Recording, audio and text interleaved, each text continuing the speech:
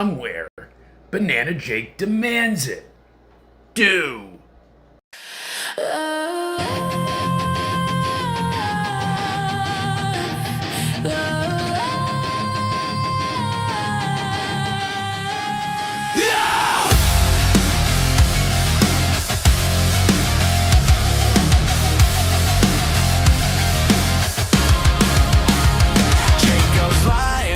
Screen into somewhere every week. He breaks it down, no mask, no gloss. Shows the ride, shows the cost. They bought the ring, then sold the soul. Put red on seats, made the crowd pay gold. Creative dies behind closed doors while suits keep cashing record quarters. Celebs in the spotlight, wrestlers in the back. Cut the heart out clean and call it growth like that.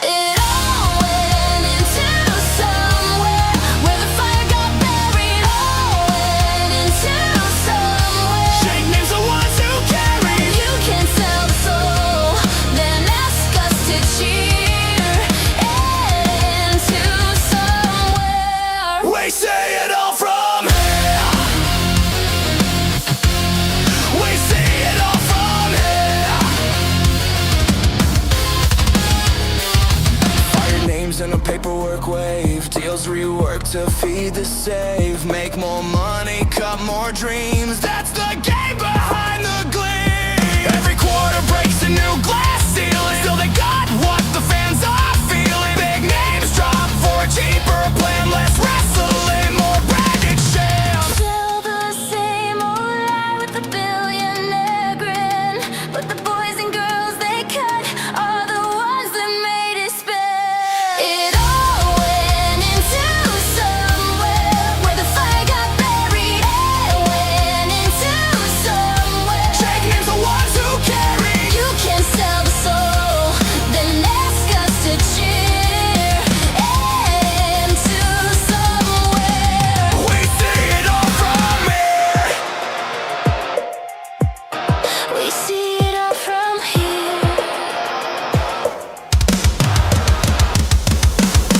Count the money, watch the damage. Every promise turned to scrap. Took the edge, took the future, made the product black and flat. Still we know what we loved was the fight, not the break. Jake on the mic, say it plain. TKO and blood for gain. It all went into somewhere where the fire got buried. Hidden into somewhere. Jake names the ones who carry. You can't sell the soul, then ask us to cheer. Into somewhere. We see it all from here.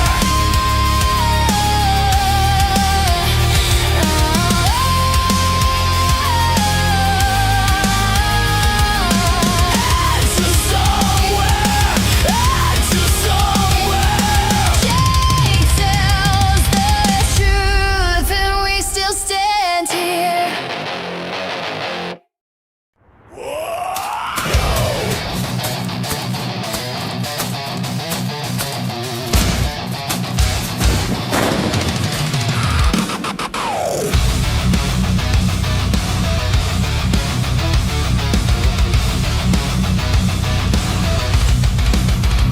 Jake goes live, mic in hand, breaks it down, he takes a stand. Raw and loud, the comments scroll. Same old game, same tired role. They bought the crown, then priced the seats. Bleeding fans in rows of seats. Greed on top, the card gets thin. The same old faces cashing in. No more spark, no more swing. Just a brand in a gold chain. You can hear the room go cold when the soul gets sold. It's Jake's way or the highway. Bend the knee, bend the knee, bend the knee. It's my way. Heed the warning, heed the warning, heed the warning. Listen to me. Look alive, look alive. Should be watching tonight. Should be watching NXT. Should be watching NXT. Should be watching NXT.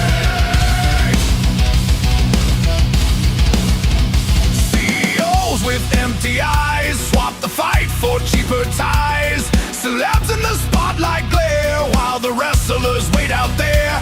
Slow decay in every town, crowds get thin when trust goes down. They took the ring and left the stage, still we scream it through the pain. No more spark, no more swing, just a brand and a gold chain. You can hear the room go cold when the soul gets sold. It's Jake's way or the highway. Bend the knee, bend the knee, bend the knee, it's my way. Heed the warning, heed the warning, heed the warning. Listen to me. Look alive, look alive. Should be watching and I should be watching and I. You can feel it in the crowd when the spark don't land. You can feel it in the crowd when the spark don't land. They keep chasing faces while the ring needs hands. Jake says, look at this, tell me what you see. A company for headlines or a place for wrestling. Into somewhere, say the name, say it clear. Into somewhere, into somewhere, we can see the damage here. Higher prices, lower heart. Every week they pull apart. Into somewhere, Jake, we're calling it out.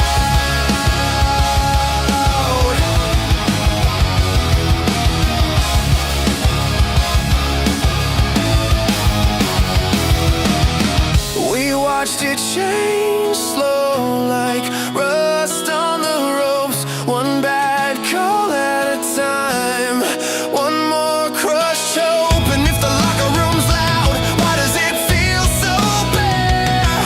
You can buy the biggest name, but you can't buy care. Jake, tell me true. What are they building? Who is this for? Into somewhere, say the name, say it clear. Into somewhere, we can see the damage here. Higher prices, lower heart. Every week they pull apart. Into somewhere, Jake, we're calling it out. Into somewhere, back to the ring. Into somewhere, let the wrestlers bring the thing. Into somewhere. Here we go. Yeah.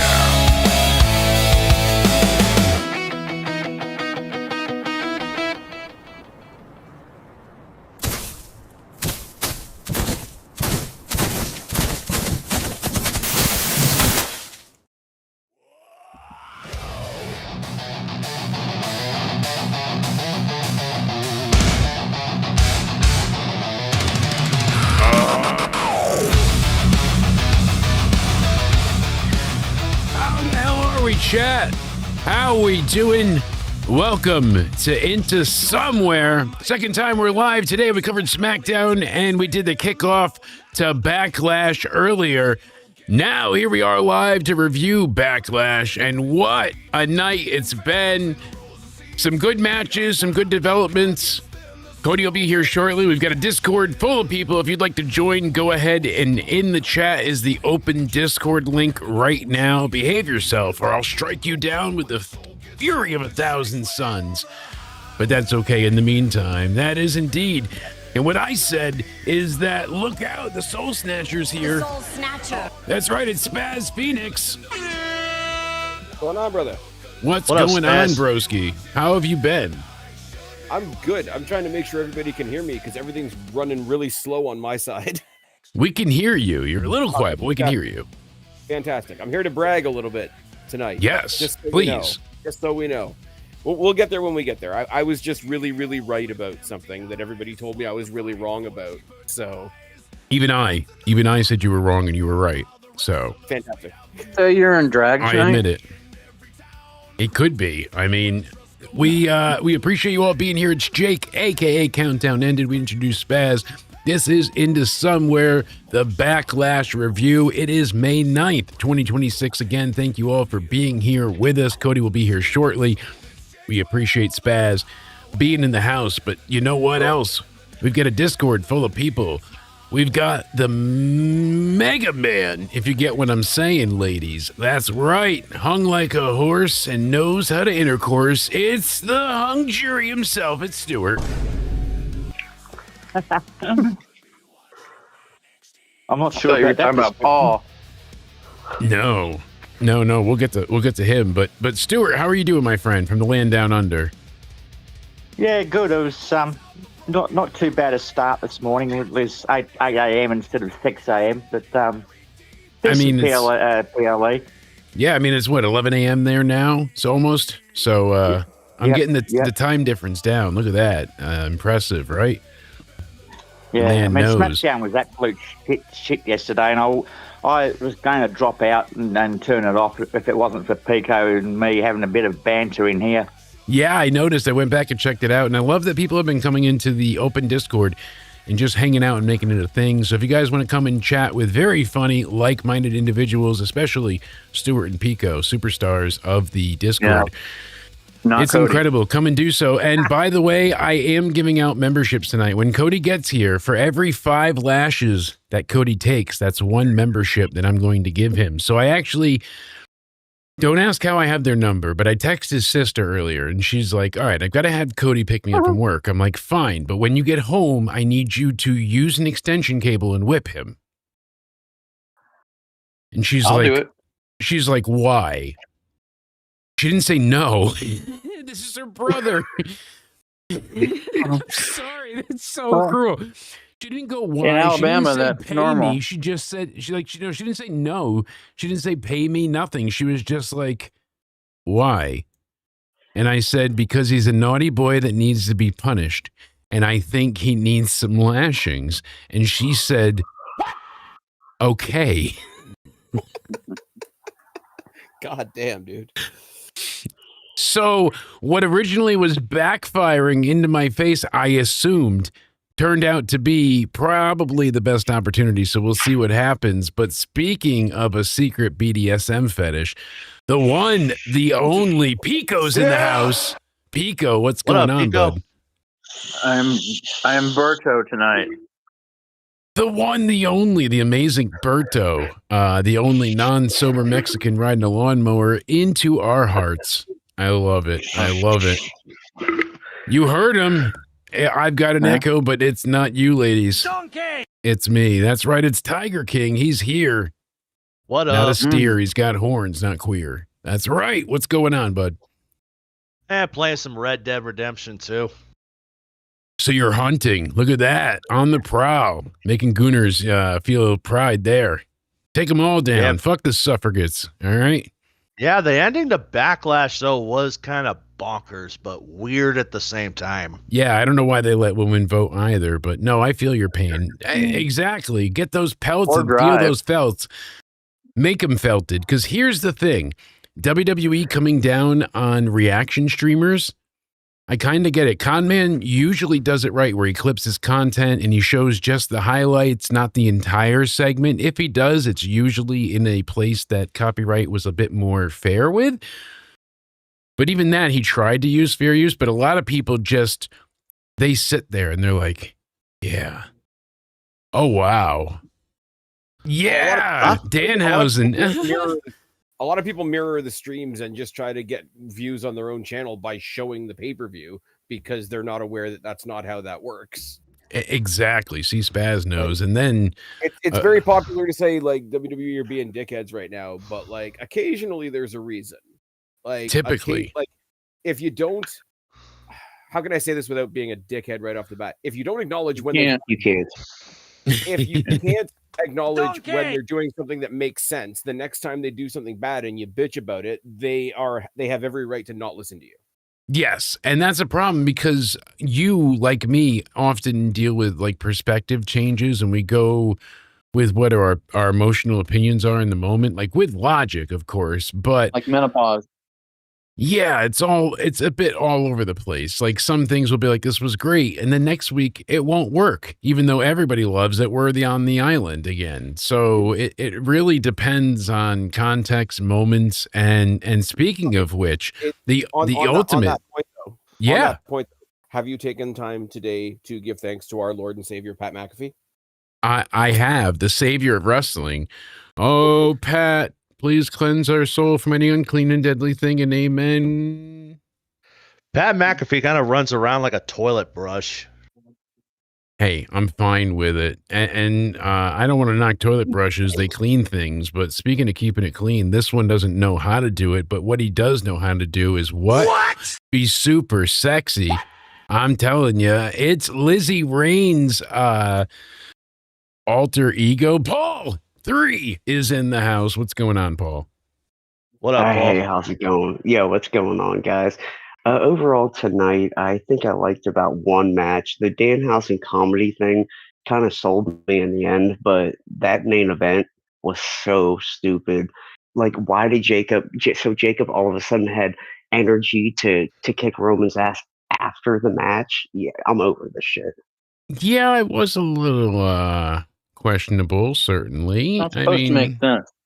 I had the source set up before, but for some reason Discord was like, guess what? Gonna delete that. That's not happening. Granted, I would have expected better from it. yeah, I was hoping for a little bit more, and it wasn't a bad show. I had tempered expectations, so for the most part, what I got is what I expected.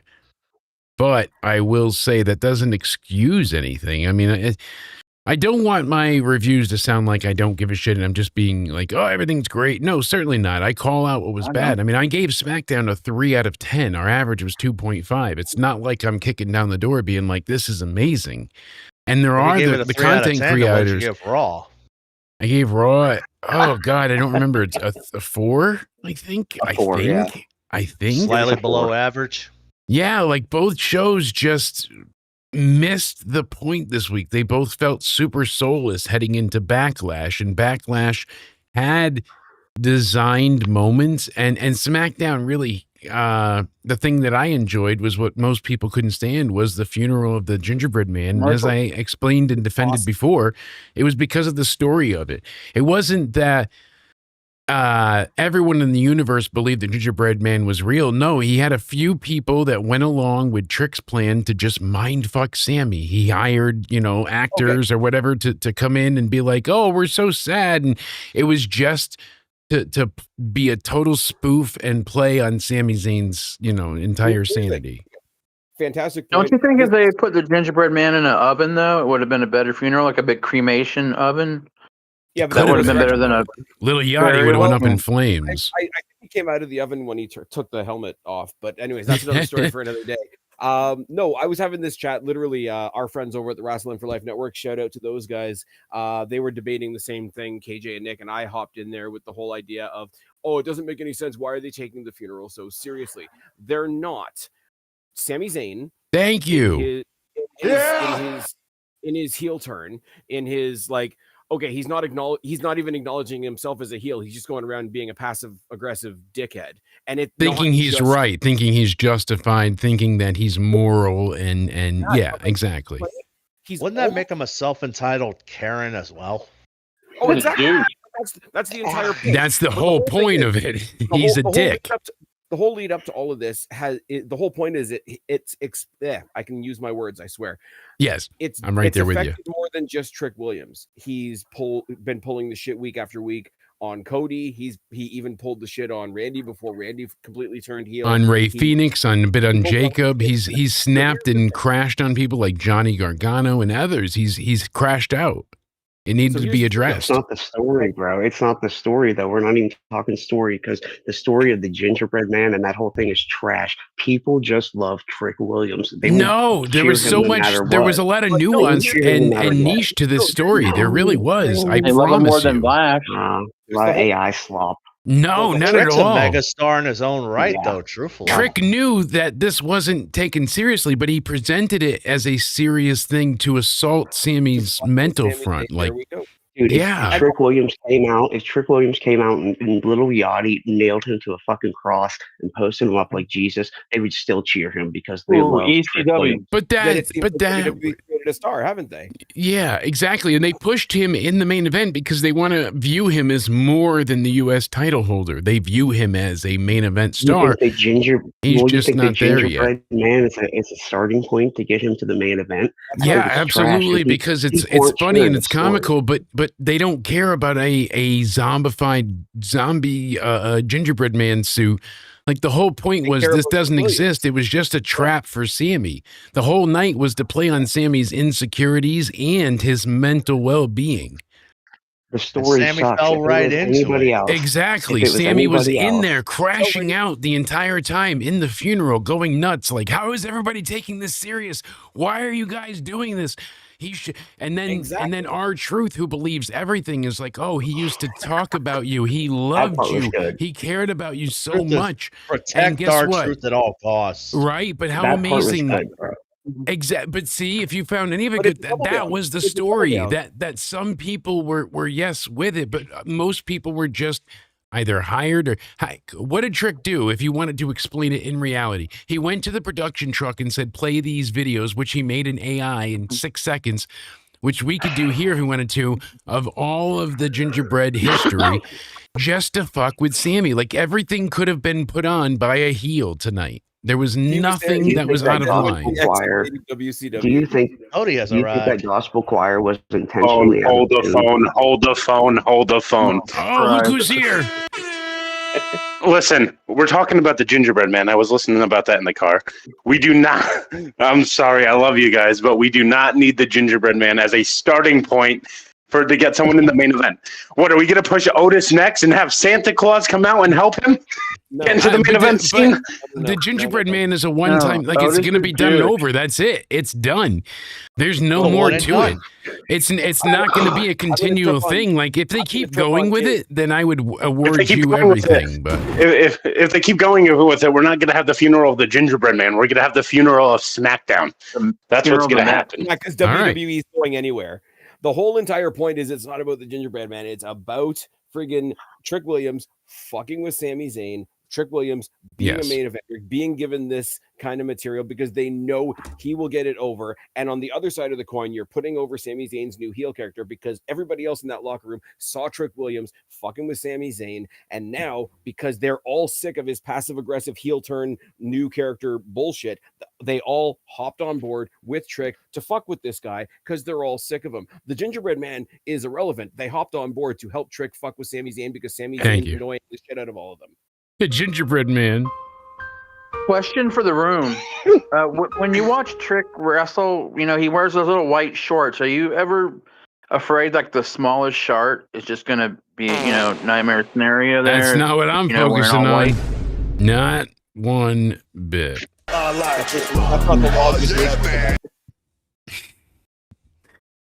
I've been drinking, so it's been a long week. He's looking at the log in the front, right? And I'm telling you, he's onto something. That was good. His name and Trick appears. That's what's up, So, you believe in Trick Williams? I do believe in Trick Williams. Let's talk about it. All right, let's talk about it. Jake, real quick. Yes. Do you remember when Baron Corbin did his character where he lost all his money and he was a bum? Yes. Remember that? Yes. Well, I think they should do something like that with Sami where he keeps losing matches because he already looks like a hobo. I think that could, turn into a good character. He's just crashing out and losing it. Yeah. I mean, it could be. Because he looks like a road bum already.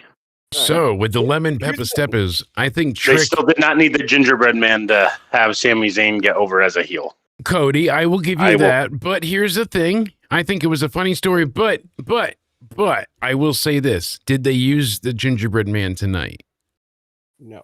He's dead. They did not. Exactly. I do not think I think it was just a one-time story to drive Sami into a state of total madness, insecurity, and unrelenting anxiety. And it worked. He crashed out in the funeral. He snapped on Trick and started to assault him. One time.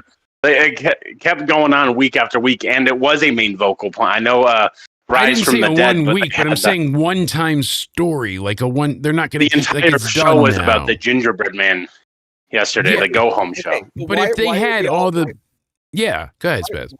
Why are we all fake raging as if WWE is trying to present this as a character when we all know that the story is between Trick and Sami and that the gingerbread was just a prop? Anyway, no one's recognizing it as real. Oh my God. It's like they're ace in the hole right now. No one's saying we're recognizing it as real. That's the point. Like, you can't.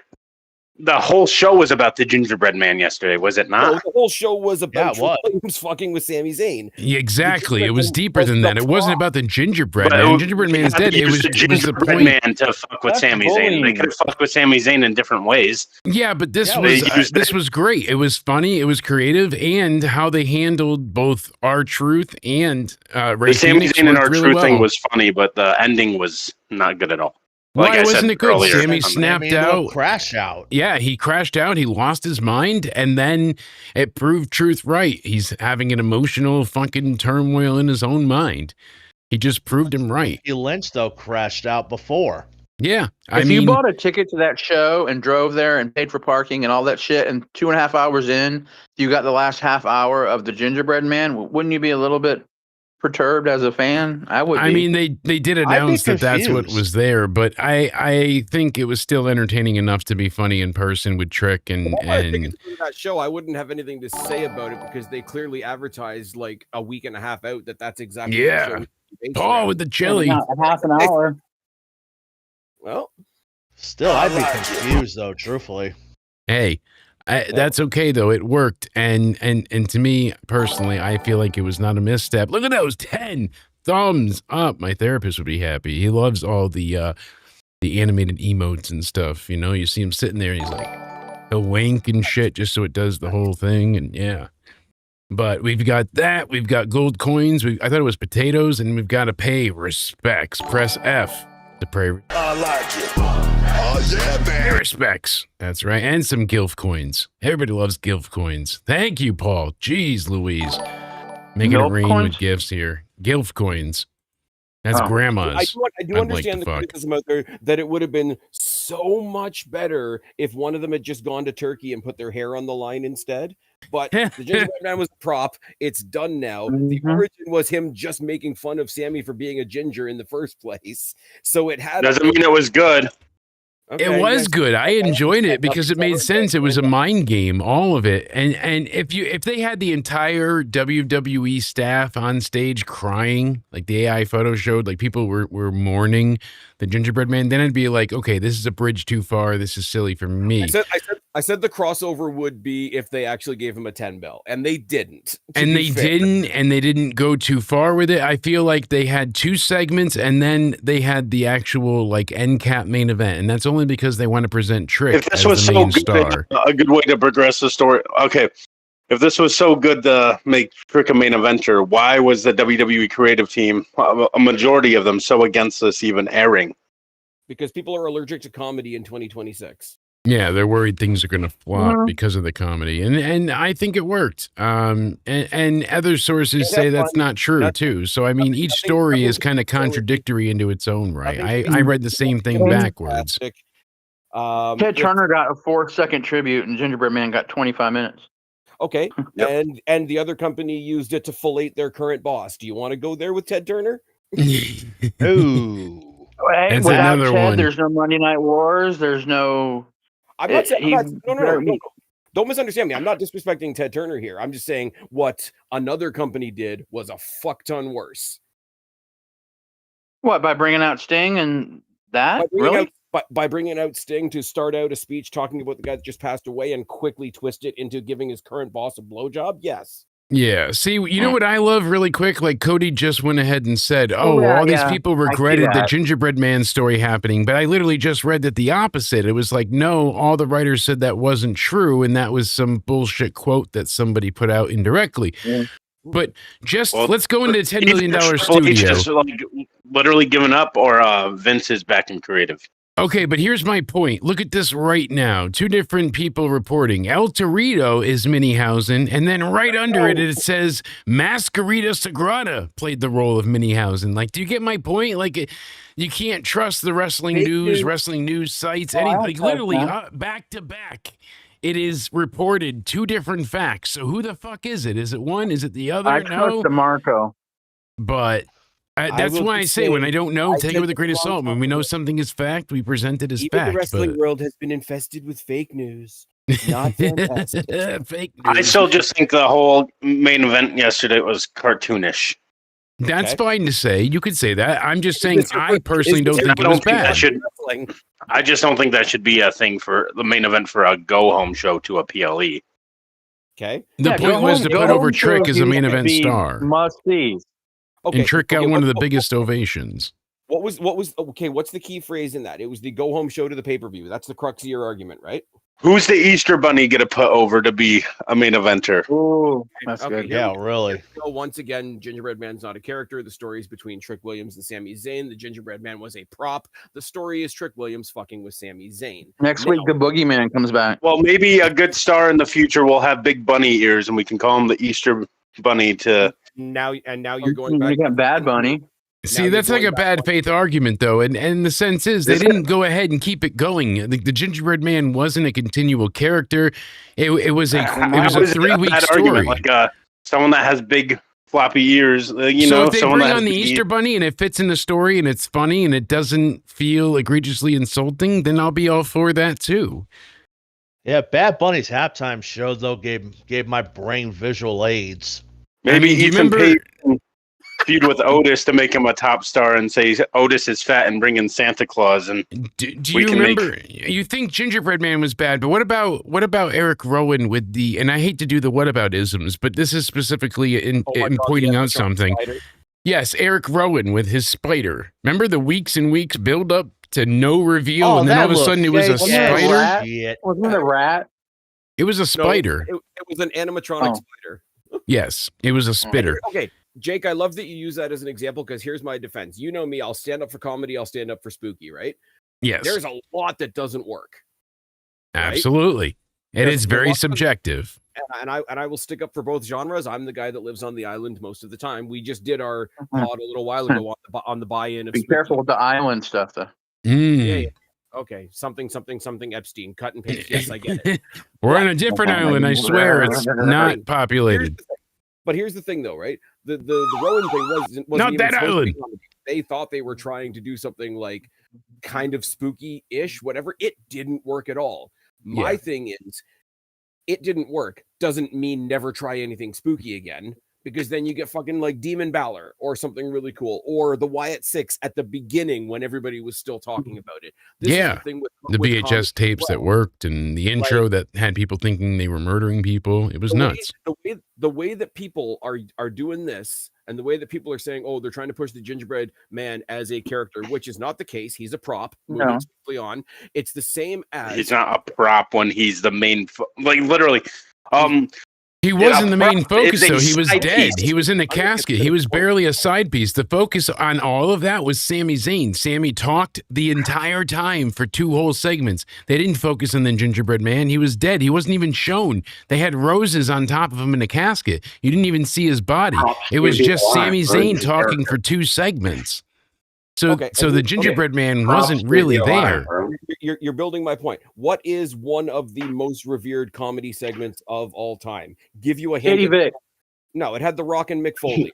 Yes. For This me, is your I life. would have to go with the DX though, dumping the shit all over the McMahons and the Spirit Squad. But everybody loves, But you there know, was no certain cooking things, but then they involved. forget about the hand birth or the choppy pee pee of the attitude Okay, era. okay, Like, you know, there's I'll- shit that's egregious it's the there same too. type of thing. Okay, It's the same type of thing. That was I'll- actually funny. I'll use the example that somebody just gave just there. I'm sorry, I'm losing track of who's talking right now. The example that I was going to use, I'm going to talk about in a second. Somebody just mentioned DX dumping shit on the McMahons. That was Everybody me. laughed.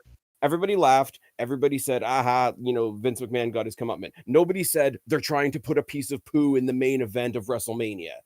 Well, Thank Vince McMahon knew how to sell it and make it funny. It wasn't These 20 guys minutes. don't know how to from make the end of Gingerbread Man show. And funny. that's what Sammy did tonight. So- Sammy sold it like it was legit when everybody else was playing the straight man, you know, against him.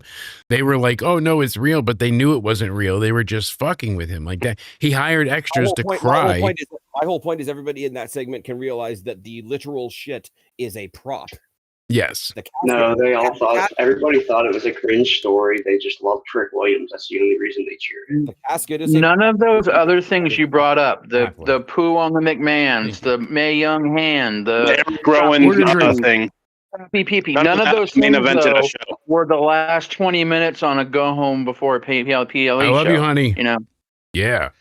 One Support I the show thought was by funny, super though, was the chatting grocery store down asshole. below, or you can go ahead and argue with the Discord if you'd like by joining the Discord right now. We're in the open Discord. If you'd like to hop in here and tell us your opinions. We're still talking about Smackdown. We haven't even gotten into Backlash yet. It's warning me it's going to be a late night. Which one of those things that you mentioned main evented a go home show to a PLE? exactly. That you tried to The compare Rock and to Sock the Connection man thing. did. Absolutely. That was the point. No, that was like at 9:30 on a Monday Raw. Okay, now we're doing the convenient. That was the main thing of event. switching- Now we're doing the convenient thing of switching topics. So what I'm going to do is I'm going to sit you down for a second and I'm going to educate you just a little bit. There are two shows that contributed to Backlash, right? Some from Raw, some from SmackDown. Do we all agree on that? Aye. The only title match from Monday Night Raw was Jacob Fatu and Roman Reigns, correct? Yep. Now, second question: What was the only SmackDown title being defended? Did the Tooth Fairy go fucking be the mascot for Roman Reigns, saying Jacob Fatu was toothless for a little week, so we had to have the Tooth Fairy to collect his teeth? Herpty derpty sirpty. Did the Tooth Fairy show up and mock Jacob Fatu for weeks? Tell me. Liz is here too. The only SmackDown title, obviously, being defended is the U.S. title. U.S. title. Where was the Tooth Fairy? Spaz? U.S. title, I needed Cody. the Tooth Fairy Hold on. Jacob Fatu's false teeth. Cody, answer his questions first, then we'll get to you. What was the only title from SmackDown being defended on this pay-per-view tonight? It was the U.S. title. Boom. Oh, I said it. Seems like the only title being defended at the pay-per-view on the go-home show should be featured in the main event, should it not? Much like Monday Night Raw, the main event.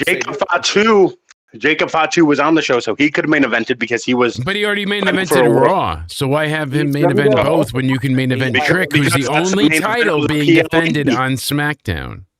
Yeah, the WWE title wasn't even nowhere to be found when their champion was nowhere to be found. What does that say? Cody Rhodes was busy fucking off waiting for Italy. Cody Rhodes because we got the Gingerbread Man. Okay, Gingerbread Man does not have a title match because you guys are like pretty much call him Cody Blows Up. In all fairness, it could have been Mr. Met. So let's just could have been easy on Gingerbread Man. Mr. Met could have done it, and so could have Mr. Cox Conway. It didn't change the fact that they're still a prop, and nobody out there is saying what? Gingerbread Man is going for I mean, yeah. He could win a title. A fucking 10-year-old kid won a title at Mania. I remember that. Nicholas. And as funny as that was, I would find that to be a lot sillier than this because that wasn't funny. He was actually technically in the match. Well, yeah, that was out cringe. of nowhere. What the fuck moment? It was kind of funny in the moment, like being like, "All right, I'm gonna have a 10-year-old win the title." We were all like, "What the fuck?" It was very cringe, but it was funny to be like, "What the fuck are you doing? Why are you doing this?" Like, it was a way for them what to is put over happening? Braun Strowman as, "Look at me, I can basically beat up the tag I team can beat up champion the bar as one man, yeah, but it was dumb. I want that for the Roman and Jacob Fatu story then, because Jacob Fatu had like dental surgery. So the Tooth Fairy should come in and start mocking Jacob Fatu. And then Jacob Fatu comes in and gets mad saying, "You're mocking me, Tooth Fairy," then kills the Tooth Fairy. Right. And Roman Reigns has a funeral for the Tooth Fairy to build up to their match at Clash in Italy. Let's get that going right now. The Gingerbread Man segment is time that could have been devoted to Berto. You love fake rage and false equivalency, don't you, man? Like, Jesus. He does. It's the same thing. It's the same thing. Didn't Jacob Fatu have dental surgery? So why not? Like, what comes with teeth? Tooth Fairy. You put two and two together there. That's not fake rage. I stand with Cody. That's with Cody. The shit sucks. False equivalency that is ridiculous. How's that false? Gotta get angry for it. Gotta get angry. No. Spaz and Jake just do mental gymnastics to try and defend this fucking garbage. That's all. I don't feel like there's any mental gymnastics. I think Sami had the pretty straightforward crash out. Should be a lot thinner than what you are. Dental gymnastics. Sammy crashed out, but he lost his mind heading into I think that's a fair Backlash. comparison. That's not false rage. That's just compare and contrast, right? You can't mock You can't mock Jacob Fatu losing his teeth. Who comes when you lose your teeth? The Tooth Fairy, right? Right? Common chip lizard. Please tell me. Please tell me, right, Spaz? The Tooth Fairy comes when you lose teeth. Have we seen the Tooth Fairy, though? Have we seen the Tooth Fairy? We're trying really We should hard. have. So We hilarious. should have. And Jacob Fatu should have killed the Tooth Fairy. Then we could have had a funeral for the Tooth Fairy. Maybe, but there was no Tooth Fairy presented, and the gingerbread Well, man that's doesn't actually unfortunate. exist. We That's the needed to thing. do that to build and It was a guy elevate in a Jacob suit, Fatu to and it was a little yachty the main event suit, scene. and it was all about being a joke. Are we gonna have Elmo or something come in and elevate Obafemi to the main event next? I hope so. That would be pretty badass to see Obafemi fuck up Elmo. Could you imagine, Spaz? Like, just fucking Hey, no, Jake. If we're gonna go down Cody's fall line of from thinking, grace. we'll just go with long-term storytelling, and we can have Obafemi versus Grumpy Cat. Yes. fine. Oh my god. Like Blazing Saddles. Oh, but just fucking fall from Grace and the cat from If the you go top back, I rope, did use your logic splattering his against you, spleen. saying, you said, this made sense because Sami looked like a ginger, so gingerbread man. I used your logic against you. It's the same thing. They made Really, a funny joke into an actual quote character. Sammy never beat him funny. up, so they did a funeral to mock him, and Aldis even went along with it because he can't stand Sammy crashing out on him constantly and flipping out. He's supposed to be a face, but he's acting like a heel. That's the whole point of this, the double turn. We're getting tricked to be one of the biggest faces of WWE. He was the only one defending a title on Smackdown, so of course they're going to put it in the main event. But let's get into Backlash. Tonight, we start off on ESPN2. We got Seth Rollins and Bron Breakker with Paul Heyman. Everyone knew exactly how this was going to turn out. Pretty much everyone we spoke to, which Liz is here as well. Hello, Liz. But Liz included knew that Bron Breakker would end up winning. We were pretty much all convinced it was going to be a strong opening match where basically some distraction would happen that would lead to Bron Breakker getting the upper hand. And that is exactly we knew Seth was going to get his what we ass got. beat. Yeah, Seth pretty much from post to post got his ass beat like a redheaded stepchild. He got fucked up. And it was I good call to it see a for a redheaded bit. stepchild at a bastard family reunion. Oh my God. Usually we call that a fucking son of a bitch, but I mean, I'm just saying. I think the fireworks are done, Kitty. I'm sorry they shot fireworks off and scared you. I'm telling you, it's okay, buddy. The pyro's fine. Usually it's a bunch of ass blasters, and they go ahead and they suck and rub each other. The fireworks outside spelt the word Smackdown, and the dog had a stroke, and see, that's what happened. I had a stroke, had nearly Watch a stroke, the talking about all that dick and this gigantic size of their glass. Okay. But That was a loud Well, anyway, the Seth Seth Breakker match, I like that match. A few botches, but I like it. This had some sloppy Yeah, moments, like roast Mentioned that beast, in the chat. And not beef, roast beast level of sloppy. Yeah, I saw Seth was about to land on his head. This is though. Liz. He did do me a land on his favor. head. Liz, earmuffs. All right, thank you. This is like when you're on the porn sites of your fantasy, and then all of a sudden you're like, she looks amazing, and then it's nothing but roast beef and 12 inches of lip. No, What it's is bad. porn? It's bad. So what we need. Ask Brad Maddox. Yes, ask Brad. He'll tell you. No, Paige got busted open too, and I'm like, that's not the first time she's been stapled. It's painful, Triple threat match. right? Especially by Nia. I thought Nia was safe, but Nia's been f***ing people up. Jake, I got to cut you off for a second, just because you. No, said painful. please. Speaking of painful, did you see the pictures Smackdown? I sent you? No, did you see the pictures of the venue that I sent you from this fairway fight pit, whatever bullshit that AEW is doing tonight? Yes, and I don't know what they're hoping to accomplish. I'm not saying maybe to put someone in the main event. No, I'm not saying that the venue is small. I am saying that I can seat more people. In my let's step back into the $10 million studio and hold on a second. Let us. You're putting someone in the main event. There we go. How many stitches did Paige have to close out? She had staples, and it was a lot. And let's go ahead and check out my confirmed clean history. This is what Spaz was talking about. I mean, look at this place. I mean, it is just empty. They did it in a softball park, but turned it into a golf course for fairway hell. Indoor golf facility. It's indoor golf, but from what they did, they turned the actual like the green, the softball area into more golf because they needed larger TV camera space, and there was barely anybody attending. Like it was very no one's bizarre. watching anyway. But there is a new national champion, Mark Davis, by the way. You know why that's funny? Because fuck Jack Perry. Oh my God! Yeah. I thought I almost died. How did Jack Perry lose a title that quick? I mean, look at this. I noticed this place is AEW empty. has been getting a little weird as of late. You know what's funny is place that Mark is Davis empty. is his stage name. It was So weird. He changed his Have you name watched- to Mark Davis. What's his real name? Davis something, but it's not Mark Davis. Oh, so he flipped it like Michael Hickenbottom, Shawn No, Michaels. it's like Davis Plasfield or something. Oh. But he changed it to Mark Davis. That's Okay. okay. That's like Bobby Johnson changed it to John Cena. You know. Let's see here. His name is Davis Passfield. Yeah. And he used to go by Davis and Davis Passfield. Okay. And now But he goes you get by Mark Darby Davis. Okada on Darby and what is it? Take a Shitta on Dynamite. Yes. Take a shit. The title. Yeah, sorry about That's that. what we always though. I say, get it's one take of a those, shit. In a couple of days, he'll be fighting over another man's hair, so it's fine. I want to Yeah. interject. Actually, I want to interject here. AEW takes a lot of shit, and rightfully so. Yeah. But they have a champion that is on every show defending the belt. Mhm. You got Moxley is on.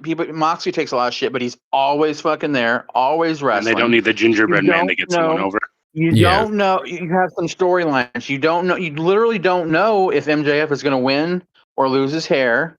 You don't know if Edge and Everything is Christian are stupid. going to win the titles or retire. But if MJF You know, loses you have- his hair, what does he lose? He can shave that; it'll grow back in like 3 weeks' time. That's why I think the hair thing is a little silly. It's not like he Well, doesn't already have the hair transplant, so it's growing. Yeah. Like, so what is? It's not like a Wardlow when they shaved his head and didn't Is explain. Darby going to die from week to week? You know, there's Maybe. things to, What's that? there's some Spaz? actual. How is he not dead from doing all those stunts? Mm. Here's my thing with AEW. I mean, Jake's gonna have to listen to me be repetitive for a second because we've talked about this kind of stuff quite a No bit. problem. Hit me. The thing that pisses me off about AEW, for the most part, there's a lot of people in AEW that I like that they put in situations to make me like them less. I think MJF. Nyla Rose. Well, yeah, she's in places for sure. Spaz, what could you possibly hate about their segments when you're okay with the gingerbread man putting Trick Williams over? At least they're trying in So AEW. Depends on a character, WWE and you're just being a punches the repetitive time clock from week to week and just doesn't just mail Oh, I it wanna in hear every week. Spaz's At least answer. AEW is trying. Ichigo, stop. Anyways, so two of the best people that they have in their company, MJF, Yeah. Darby Allin. Two of the, and I don't want to use their terminology, but two of the pillars that have been holding that place up since the beginning. Their feud should be epic, correct? Should be. So why jumpstart it on a random Wednesday just because you want to steal the headlines 2 days before WrestleMania and take something that would have been really cool, like Darby Allin finally winning the big one, and make it a pawn in the petty con game? Because it's Why have petty. Goldberg and Hogan on Raw? Yeah, it's petty, and I that's would say the this- I would intention. say the same thing. I But would it say the same- worked. The whole They- freaking, like Tony Hogan knew it Goldberg was on petty. Nitro, Hogan Goldberg on Nitro, everybody was like, "Why the fuck wasn't this on pay-per-view?" Yeah. And I wasn't even and watching at least WWE. that they sold out 40,000 seats in the Georgia Dome with TNT and TABS execs in the audience. With this, they just did it to do it, and it made because Darby was home. Like that was it. No, they did it because they wanted a little bit It of was a good attention. moment, though. Well, no, I get because of the Mania It's a stuff, but I'm fantastic saying moment. I think besides it's not that, a the only reason simple I can dessert. find it is because Darby was home. Besides the Mania proximity. And the old and That was it. With the old WCW example of Hogan and Goldberg winning the big one on Nitro, like what is it, like 5 days before they had a pay-per-view where it was this would tie So into silly. current day conversations where I'm going to remember Hogan Goldberg, and I'm going to remember Darby MJF more than I'm going to remember the fucking gingerbread man's death. Okay, well, dude, you're obsessed, and it's getting pathetic now. How about that? It's just That's what? Somebody called you out on it. Hey, see, I don't know. I think that the gingerbread man stuff is fine. I think all of it was entertaining. It was well handled, and it made sense. It was all to fuck with Sami, and Sami got fucked with. And then what did he do? He crashed out. He lost his mind, and he snapped on Trick. Exactly, proving Trick right throughout all of it. Like that was the whole intention here. It was definitely to set the trap, though, from Trick Williams, and Sami fell right into it. Yeah. And the thing about it is, and the way they could play it off, and I'm not saying that they exactly expressed this properly on SmackDown. They could have built this part up a little bit better. You could say Trick went into business for himself, putting this plan together to fuck with Sami Zayn, because it's his direct opponent, because he's defending a title against him the next night at the pay-per-view. And the fact that so many other people saw what Trick Williams saw, that Sami Zayn is passive-aggressive dickhead. So you're so hard to defend the gingerbread man stuff, but the MJF and Darby stuff is stupid. Because the gingerbread stuff makes sense. What are they getting with the Darby stuff? Really, like Spaz isn't wrong. What are they getting out of it? He's shaving his head that grows back in 3 weeks. He doesn't have a lot of hair. Like, what's the point? That's what you want? You don't want the Dynamite Diamond ring? You don't want his TNT title? You can embarrass him for a bald look for a few weeks or awkward hair, like the memes and stuff. You can embarrass him, right? Okay. But he's not going to be bald. He'll be bald for 2 days, and it's going to grow back. Like there's not a big payoff here. Like it just doesn't. It's not like he's losing long hair like an Adam Cole. Adam Cole that works for. To shave his head. Wardlow should have had this. Samoa Joe when he had long hair. Darby just forcing him to get his hair shaved and doing it himself is embarrassing. I feel like that's just like Sami Zayn. Because the fans don't really care. The fans don't care if he's cutting his hair.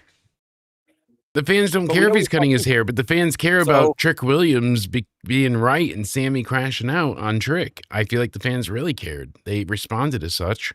I don't know.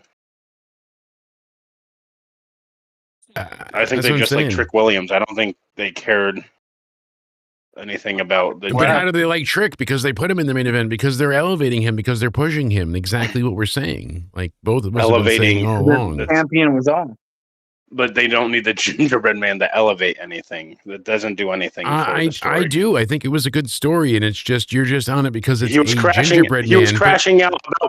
He was crashing out before the gingerbread man thing. But this added to it. This was just another layer for him to go deeper. It was a mascot. It doesn't matter that it's a gingerbread man. It could have been the freaking New York Eagles, whatever. Just not getting the. It didn't matter. Opportunities. That's what he was crashing out about, not about his looks. No, it was more about he was because he was always confronting. I'm glad you get all the opportunities, and I'm just here not getting any. Like he was mad that and jealous that Cody Rhodes and people got the top spots and he did not.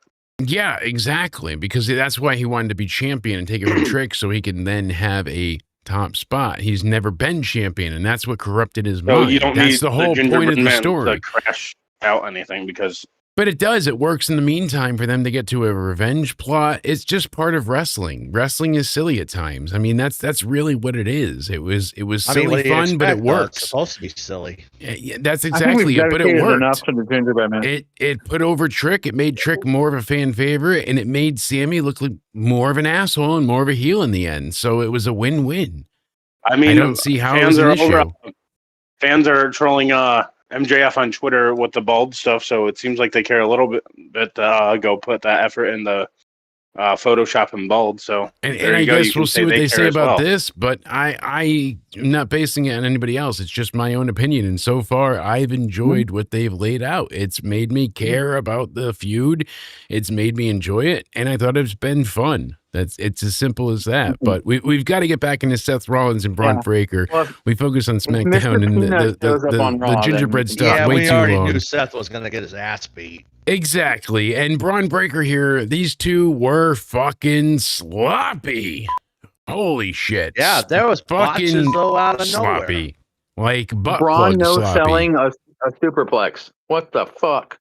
A lot of it was a good match, but a lot of it was that unnecessary tough guy bullshit that they pull out where they just have to like no sell certain moves and then they get into their like, oh, I'm super powered now and you can't hurt me. 5 spears. Yeah. 5 spears. The whole thing just got to be a bit egregious and ridiculous. And this is a problem with WWE, not just this match, where they have to do so many finishers and so many. Like, you should just need 1 or 2 spears. You tried the first one, didn't put them away, fine. You build to the second spear. Like Austin built to the stunner again. If it didn't work the first time, he didn't just go right back to it. He would do suplexes, take you to the corner, stomp a mud hole in you, do the Luthie's press, do a few more fisherman suplexes, and then catch you with the stunner. Like it wasn't just like stunner, kick out, stunner. There was psychology to it, and that's what they're missing here. They were just going from spot to spot. Was it an entertaining match? Absolutely.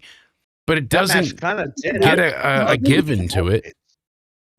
I will say, and I'm kind of 50-50 on this. I'm not like coming in to heap a whole bunch of love on the match. I will say there was a lot of botches. I also do. That's what I said. Yeah, I will say as well. Yeah, though, I think big there was time. quite a few opportunities to show.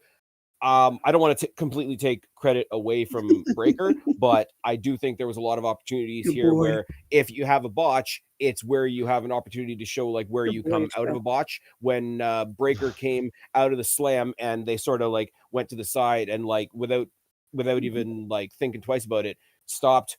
What was it? Standing moonsault back into the thing and get everything back into place. Yeah, again. I just motioned it. I don't want to say it. The standing moonsault part. Yeah, exactly. Because that was really smooth. They got together and they kind of fell apart and they both kind of crumbled into a heap. And rather than be like, oh, fuck, or try for the move again, Bron Breakker pushes Seth down and then hits a standing moonsault. And it was like, oh, it looked real. It didn't look like a botch. It looked more gritty and realistic. So that was the one time they played it so well executed that it added to the match. That's that's sort of where I was 50-50 with it because I don't want to just like gloss over and say, oh, there wasn't. Yeah, a botch. no, there was definitely a botch. I'm not hiding behind the corner looking to be like, this sucked, but this is something. You don't get to see how well somebody is in that recovery realm until there's a mistake. Yes, exactly. They fuck up. We're like, we're laughing our asses off, and then all of a sudden, he just played it off like, oh, I couldn't get that, but I'll get this. Boy. Breakker made it seem realistic, but then they lost the plot again, and that's what was unfortunate because they had Logan and Austin come out, and I was wrong. Usually, I'm Nostradamus about interference. I am not often incorrect. I swear it's not an ego thing. It's a fact. That sounds like an ego thing. God damn it. Well, I genuinely mean it though. I do genuinely mean it though. Like usually if there's interference, I'm like, I know what's up. Thank you. Yeah, they were coming. I didn't think Austin Theory and Logan Paul would interfere here. Why? Just for the story's sake. Well, that too. I mean, you're on to something. No. I thought he was right. But audience is harsh tonight. I thought you were right because I truly felt like they were going to hold off and be like, guess what? It's you two. It's your battle. And because everything they've said has been about them, not the Vision. And it was pretty much about them before Logan and Austin joined. So, I mean, definitely was. I don't know what they were going for, but I was like, let's do some good. I'll go to something that I think has been a little bit messy on Raw. They're putting together another sort of ragtag team, for lack of a better term. You got a heel faction, and then everybody eventually comes together to sort of fight them. It happens with just about every heel faction. Yeah, they're here to fight the man. Right now, you've got sort of like this floating cast of like, what is it? Seth Rollins, LA Knight, now Joe Hendry, the Street Profits. Yeah.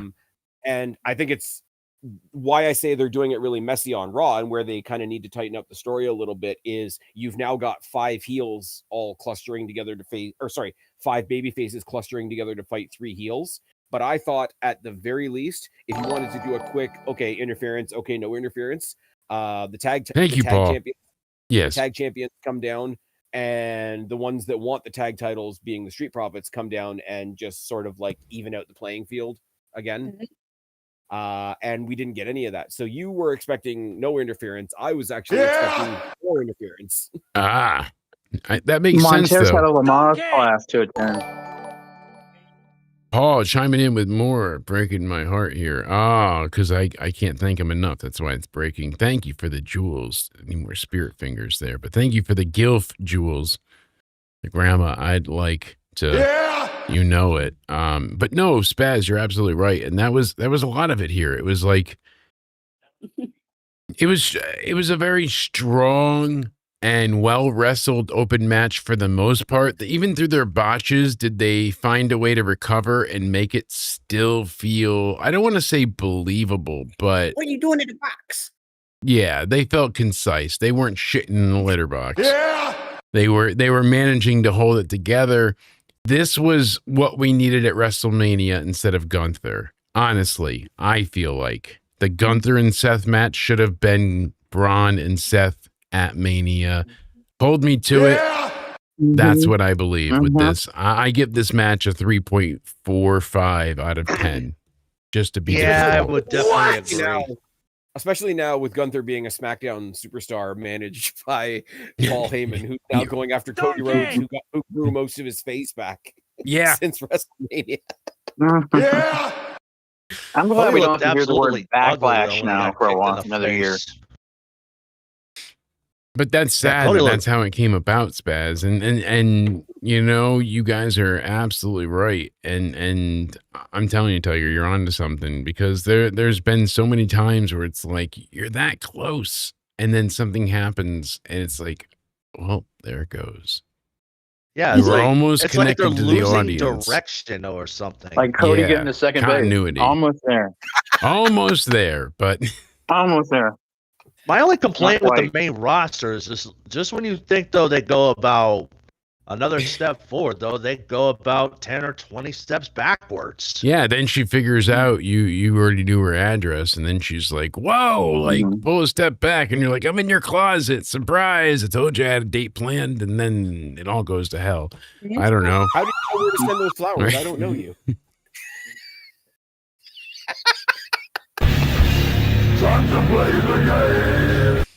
Oh, God. Damn.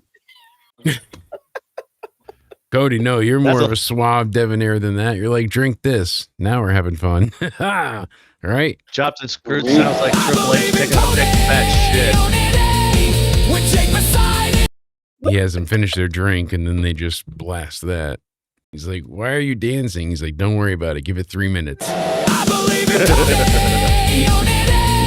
We take beside him, it's so pretty. So many The last thing you see is Cody just unbuttoning his shirt, just being like, Freelance bartender. His favorite pickup line is, "Does this smell like paint dinner to you?" you don't know what chloroform tastes like, right? Simple Breathe this question. in. Cody, you got to defend yourself. Why is the straw dissolving? I do Like, not I need to used- defend myself. Your sinuses. Oh boy, you should be able to defend yourself. You could be like, none of this is true. This is all egregious lies and false He's taking behavior. notes for Well, ideas. he's the gingerbread man, so that just shows how dumb he is personal. I don't mean to defend myself against him. And Pico looks like a pig, so that's self-explanatory. So Yeah. Hey man, I was on Anyway. the side about the gingerbread man, and now you do that shit. Fuck the Mets. I thought the Asuka versus Iyo match, though, was kind of a solid fight. So, I mean, that's my honest take on it. absolutely. I'm going to pretend I heard you and you'd be like, yeah. Absolutely. The most genius part though is when Iyo took Wade's notepad to block the mist. Yes. That was That was cool. pretty genius. And we're going to get into it. So we got through the first match now, believe it or not. That took a while with Bron Breakker and Seth. We already talked, I feel like, a super amount of Trick Williams and Lil Yachty against Sami Zayn. Is there anything, honestly, that anybody else wants to add to that conversation? No. Yes. Fuck Lil Yachty. I hate that guy. All right. I'm just glad my hometown beat the shit out of Sami Zayn. All right. I feel that. What else we got? Maybe the opposite of what I was about to say, but it feels like, just looking around on socials, etc., the only one from WrestleMania weekend that kind of escaped the, oh my God, you're a celebrity, you're terrible, is Lil Yachty. It doesn't seem like he's getting, the full brunt of that hate like a lot of other people did, which is kind of cool. He apparently was really good to fans, really good to families, and was very kind. He gave out a lot of stuff as well, allegedly, as well as a bunch of money. He had gift cards and T-shirts and all sorts of stuff that he kept giving out throughout the day, allegedly. I don't know if it was him or his team.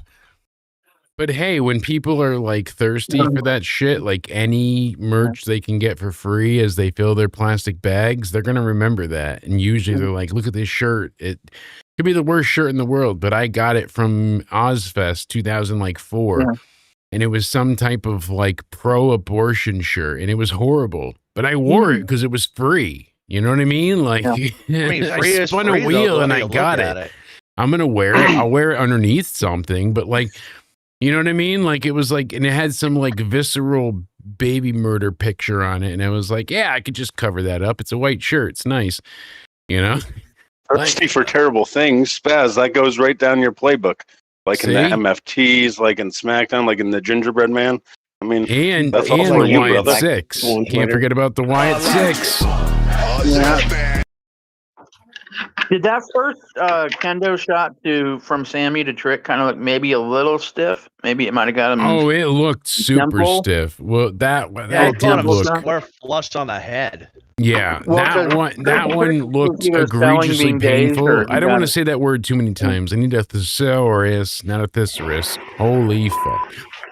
But I need a thesaurus because, egregiously did he hit for continuity. They're trying to make sure like they don't repeat things that don't step out of line and whatnot. But because I think AI would be writing better stories. I swear to Christ, I really do. There you go. And it might be shocking, horrific, horrifying, horrible, terrible, or awful, but it's not egregious. All right? And that's the problem. I need more adjectives here. As many similar words. What about ghastly, dreadful, hideous, horrendous? All words to describe SmackDown? I know we're on the Backlash review, but I know, but I'm trying here. All sounds like SmackDown to me. Errant, sickening, scandalous, nefarious, intolerable, heinous, grievous, extreme, deplorable, atrocious. Does SmackDown really have that many many definitions here? Preposterous, Met-like, dank, notorious, monstrous, insufferable. I mean, that's pretty. Let's see with insufferable. If I click on that, what do we get? Unacceptable, unendurable, unspeakable, insupportable, outrageous, and painful. That's unbelievable. If I look up unendurable, it brings up a little bit much. Thank you. Uncrustable. It brings up the actual SmackDown logo. Unsurpassable. Now that's a good one. Uttermost, utmost, unmatchable, unqualable. What about transcendent, topmost, the most, surpassing, supreme, superlative, significant, extreme, highest, incomparable, max, maxi, most, paramount, and preeminent? By the way, Jake, could be a maxi pad, but how am I doing reading all this shit? Syracuse for Retro Games Con. I can usually read pretty well without fucking it up. Let's go back into the $10 million studio since we're not really talking Backlash. Anyways, let's see how far I get without fucking up. You ready? It's a challenge. Distinguished, dominant, main, outstanding, peerless, predominant, renowned, transcendent, ultimate. Capital Chief, consummate, excellent, foremost, incomparable, major, matchless, number one, paramount, principal, stellar, supreme, surpassing, towering, unequaled, unmatchable, unrivaled, unsurpassable, unsurpassed. Auxiliary, no, fuck you. Goddamn ads. Extra, inessential, inferior, insignificant, minor, ordinary, secondary, subordinate, unimportant, unknown, unnecessary, low. Cody, do it. Inedible. Come on. Unemployable. Yeah, I'm not trying this. Come on. Let's see who can top me. I didn't mess up a word. Yeah. Who's got it? Come on, somebody beat me for a gift card. Let's see who does it. Yeah, Pico, though, Abominable. next week I will be in Syracuse for the spring edition of Retro Games Con. There we go. What are you going to see there? Apparently, though, the actor who plays in Ghost of Tsushima, as well as Mortal Kombat 1, will also be there as well. There's probably going to be some cool. Tournaments going on and all that for the old school retro games. The thing, it's probably going to be at the On Center May 16th through the 17th next week, though, so it's going to be like a 2-day event. Where is it? Retro Games going where? Wisconsin? Syracuse. Syracuse. I was way the fuck up. I'm sorry. Yes. Look at how well I listen when New multitasking. Retro Syracuse, right Game next to Con. Milwaukee. Retro Game Con Spring Edition, May 16th to 17th. Let's go and check this place out. I've been to one con recently, and it was a 90s convention. We met Topanga, and we met the older sister from Full House. Oh, my God.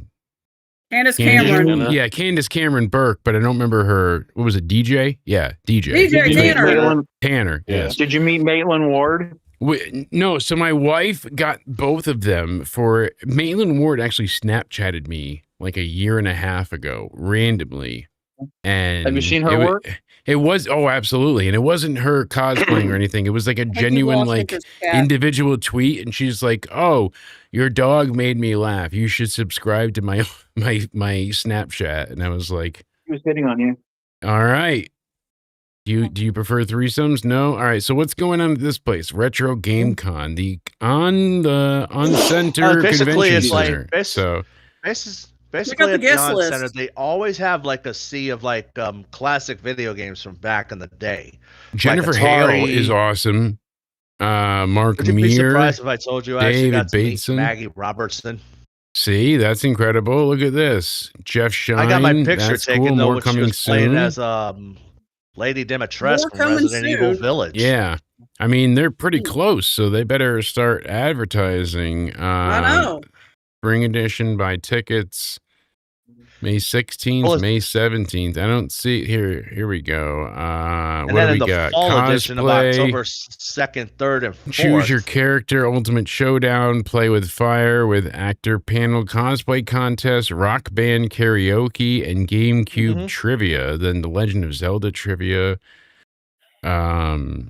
Rock Band Karaoke, Cosplay, Stage Walk. I thought Rock Band was so you didn't have to play karaoke. Who Wants to Be a Gillionaire at 245.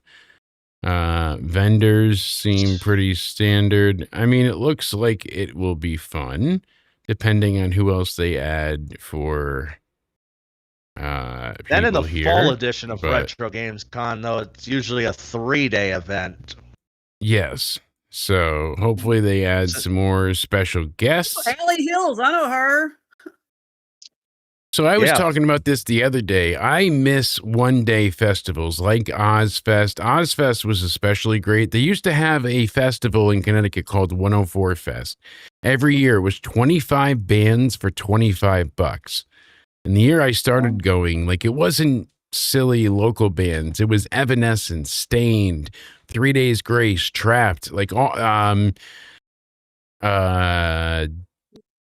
what the hell's their name? Third Eye Blind, Eve 6, like big bands, Alien Ant Farm, a lot of Smile Empty Soul, so many different bands.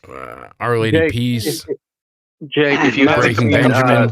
But the Alien I Ant wanted to Farm say- with Corey Feldman, collaboration. Yes, they that did was great for recently. Smooth Oh my Criminal. Lord. And he was born to play that. He was destined to act that out. So shout out to Corey Feldman for getting to live out his dream. I remember watching Corey Feldman in Friday the 13th part 4. With the machete to the head, right? Shaving his head. Yeah, he was Weird hacking shit. away at Jason though like a butcher. Nate got ads. Oh no, let me go ahead and pause the ad feed.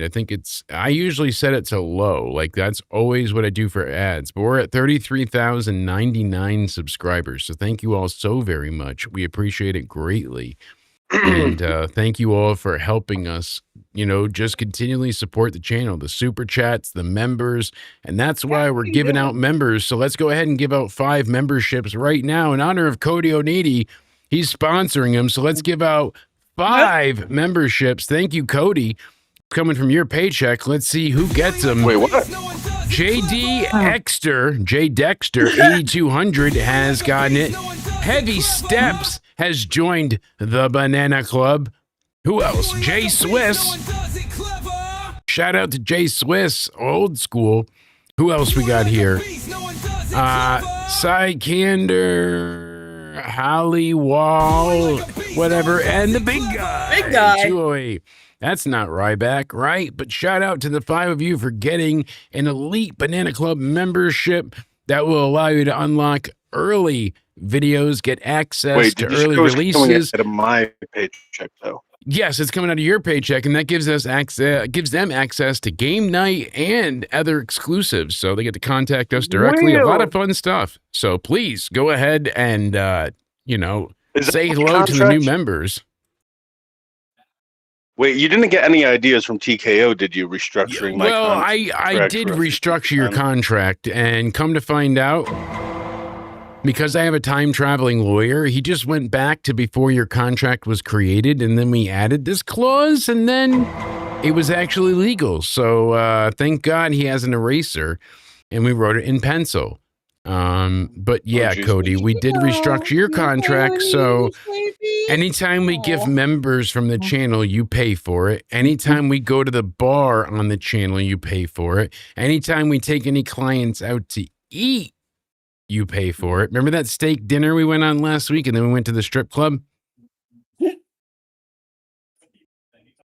Oh, that's right. My wife went. You didn't. I forgot to invite you. Fuck, I'm getting bad at this. All right, so last week, Courtney and I, we went out for steak dinners, and we met with some business executives for YouTube, and they liked what we had to say, and they ended up adding us to Google. And now it might be a little bit more expensive than we need, but they're adding us to Google searches. So in the next 14 days, we'll get our advertiser rating. And then when people search WWE news or reviews, we'll have a chance of coming up in the Google searches. So that should be fantastic. Then we went to the strip club to celebrate, and she spent the rest of your bonus. Yeah, she spent the bonus you got. Wait. Well, you weren't there, and we had to spend it then and there. So what were we going to do? Like not tip the strippers? Come on. Yeah. Well, and then we decided in the contract that we changed, we're just going to let you keep giving away free memberships. So let's do 5 more. All right. I think that's fair. Oh my goodness. Just for you, Cody. So 5 more members coming out of your paycheck. Let's see who gets it. What is it? Spider-Man 978. Spider-Man. Iris Nally Cardona is here, now a member. Same with Royal Thomas. I've seen Royal Thomas in the chat. Thank you for being here and being a member, as well as the Richard Omega. Hopefully they're enjoying. And then last but not least is Muso 7733. I knew the real Muso from when we were in school together, and we grew up, we had a band together, all that stuff. So awesome to see Muso there. I don't want to say their first name in case, but thank you to Muso. It is the letter J and then Muso. Happy to see you here in the chat. Warms my heart. One of the first things they taught me was how to play Don't Fear the Reaper. And then we learned how to play... Are they? They taught me how to play Blink-182. What the hell's the name of the song? So it's Tawny. Apple Oh, God, juice in the hall. Please tell Mom this is not your I don't fault. switch your topic real quick, but outside of Adam's the song. horrible Adam's gingerbread song. red man thing, I Yes. did really enjoy the Trick and Sammy match tonight. Yeah, see, and you can't enjoy that without Gingerbread Man. So fuck you. Oh, God. Damn it. Yeah. See? Is Cardona I gonna win, at man? least enjoyed them. Ever? I didn't need the gingerbread man to enjoy their. Cardona I never enjoyed is watching Sammy get his absolutely. ass beat. Cardona's never going to Isn't win. it Sammy funny got his that- ass beat. Isn't it funny that Matt Cardona was like the king of the death match or whatever for a little bit? Now he can't even beat cruiserweight Ricky Starks. Right? He Or Kit literally Wilson. beat up women and men Or anybody, and, yeah. and everybody alike. And now he lost can't to Kit even Wilson as stop well, so. Ricky. They Saints. hired him to lose matches. He said Triple that H he always was hated him, going though. back to Zack Ryder Good. next week. He wants to go back Oh, to Zack Ryder and see if it helps. I don't see how it'll help. But you know what does help? Did he say that? Having a mini clone version of yourself. And guess what Oh, we no, can that's say cool. now? We can say Mitch. Oh God. Little person. We can't say Mitch. Yes, we can. Yes, Michael Cole said Mitch. Little Booker T was the best. Little Booker T was the best of the best. I know. But why can't we say Mitch? They even gave me the M pass and the M card. And Like, Little Bret Hart. Little Bret Hart was good too. right? Idjit. Mitch. What the fuck? Mitch. Remember Michael Cole? I'm sorry. Remember Michael Mitch. Cole called Hornswoggle little bastard? I know. Ready? Yeah. I Mitch. thought this was a He was wasted Vince's PLE bastard. spot. How are you? I'm gonna get through this. Thanks, man. It's not Liz's fault. Liz, ready? And Mitch. Mitch. Mitch. Midge. Midge. True story. I met Bridget the Midget in the LAX airport. Why can you get away with saying Bridget the Mitch? And I Oh, Oh, I restructured your contract too, where you're censored. apparently I'm censored. This is really? was I not supposed to say that? I can't Damn, even. ScrewTube is What? really That's fucking pretty. ridiculous. That's her name. That's her I can't stage say name. She likes ass. that. She I goes can't. by. Say, Cody, I can't say ass. You can't even say crap. I can say. Say Mets. I believe that too, but in case you just shit on the Mets. All right, let's see. We're going to talk about Yeah. the New York. Casey shits on his couch. This What the is But I love fucking him. ridiculous. I love you, You Casey. are a stupid son of a. You're a dumb fuck. I'm a what? See, You're an you can't. you're an imbecile. Okay. Tell me more. Next. Okay, Are you okay, you're a ScrewTube, moron. who's fucking with the button? Fuck it. Nope, you can't All say right. that either. God Long damn away. it. All right. So, how did you feel about the midgets? Hey, I got through. How did you feel about the little people too? Because I like the midgets. Michael Cole I was did happy not to like say it this. again. I even liked how multiple of them came out of the clone batch. I knew it was going to be silly, but it makes me laugh, and that's what I need at this point. Is it the And best maybe thing in gingerbread wrestling? man. It's This the was best thing this in could have been wrestling done on for Raw its or own SmackDown, thing. right? But I feel like it fit with the PLE vibe too. It kind of, Did it? in a way, resurrected the booze that he got, or not resurrected, but like it allowed him to retaliate against the booze he got at Elimination Chamber, and then therefore come out tonight to all these cheers. He had everybody debut out of the box, But and there should have he was been like, another "See, title I'm match over." instead of midgets teaming with Probably, Cody. But you know what? That's how TKO is now. So I'm at least happy Well, they gave us Tokyo, I don't something like it. enjoyable.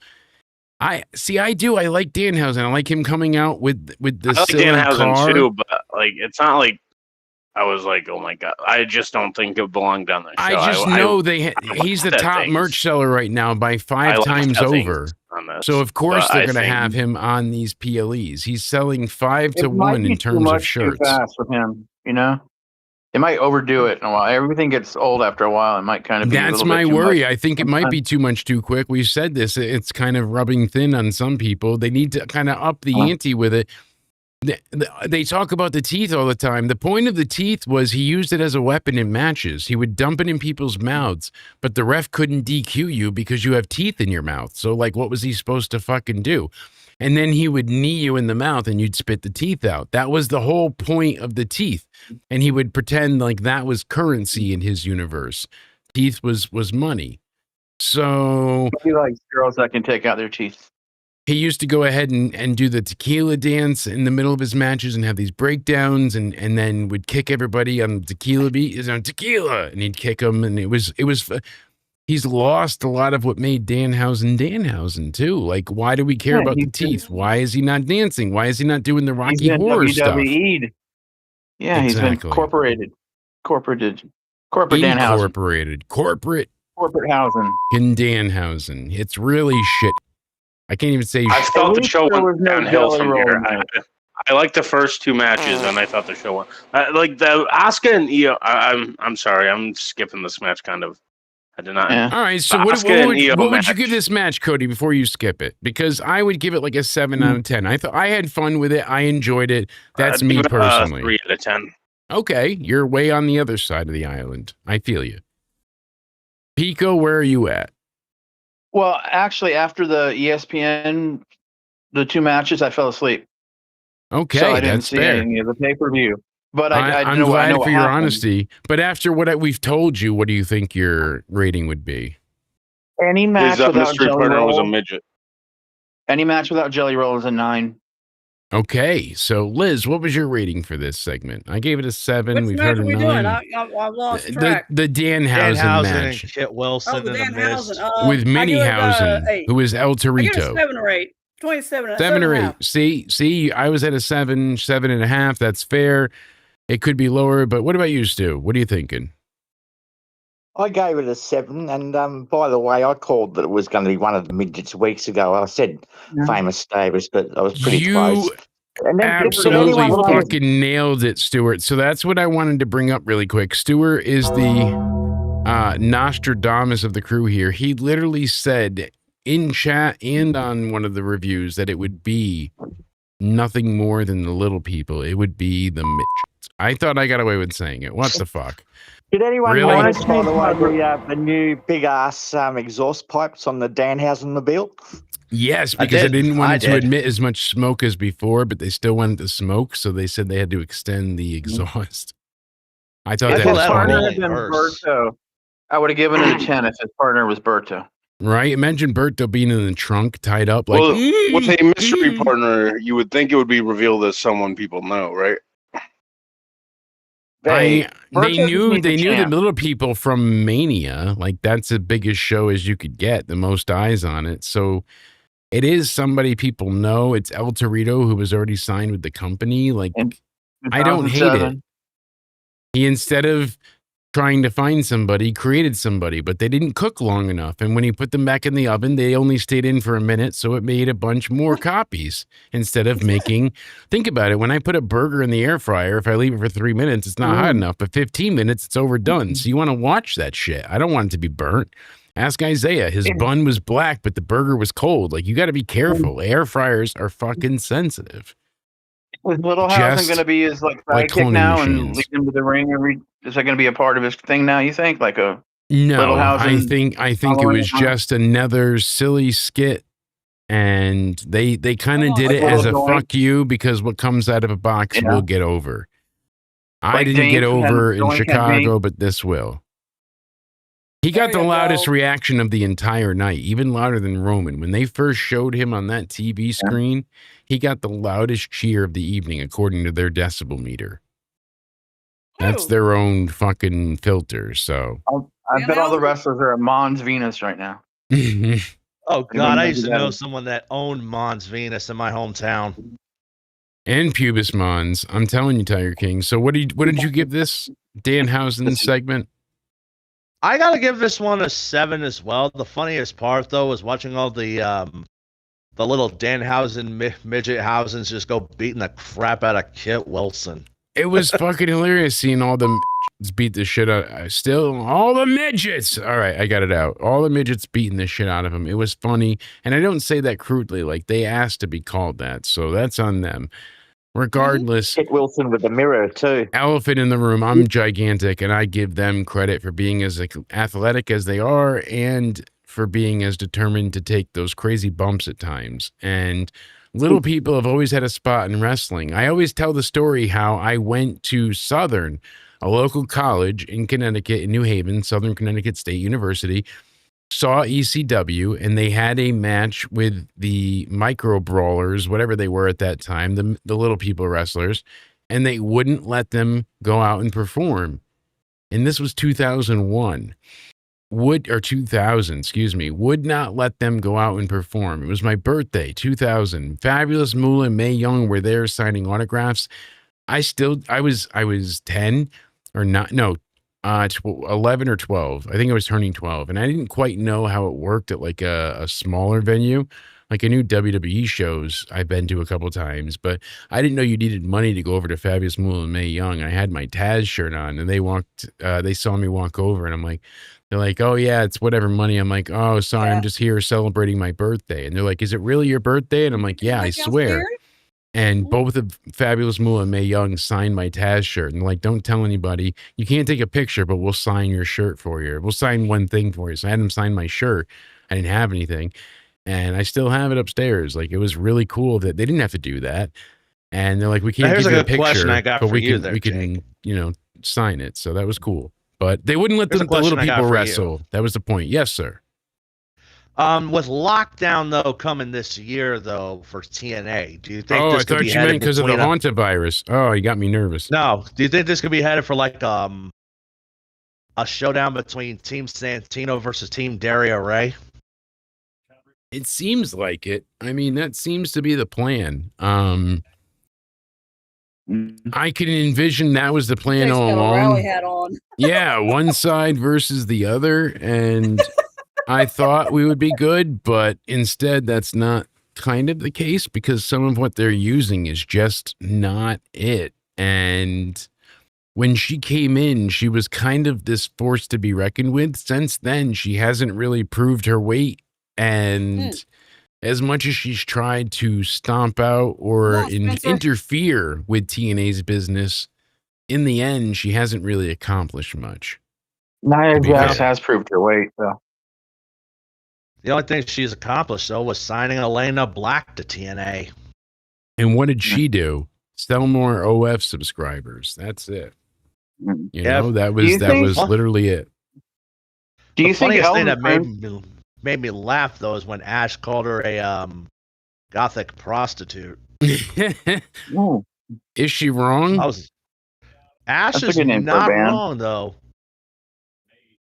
Do you think Elton Prince is sitting in his hospital bed watching Kit Wilson get beat up by midgets and thinking this isn't so bad?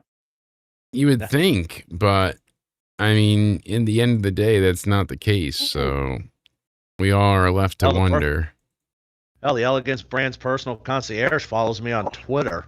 Yeah. Hey, that's awesome. Iceman's a hell of a guy. And what did we think of Iyo Sky and Asuka? I need to know because I thought it was a solid match. Without Kyrie being represented here, I felt like Kyrie was not needed. I feel like Kyrie wasn't needed. Everything they did here worked very well without Kyrie. Even the audience chanting, "We want Kyrie," like a bunch of ungrateful mother. Kyrie wasn't necessary in that match.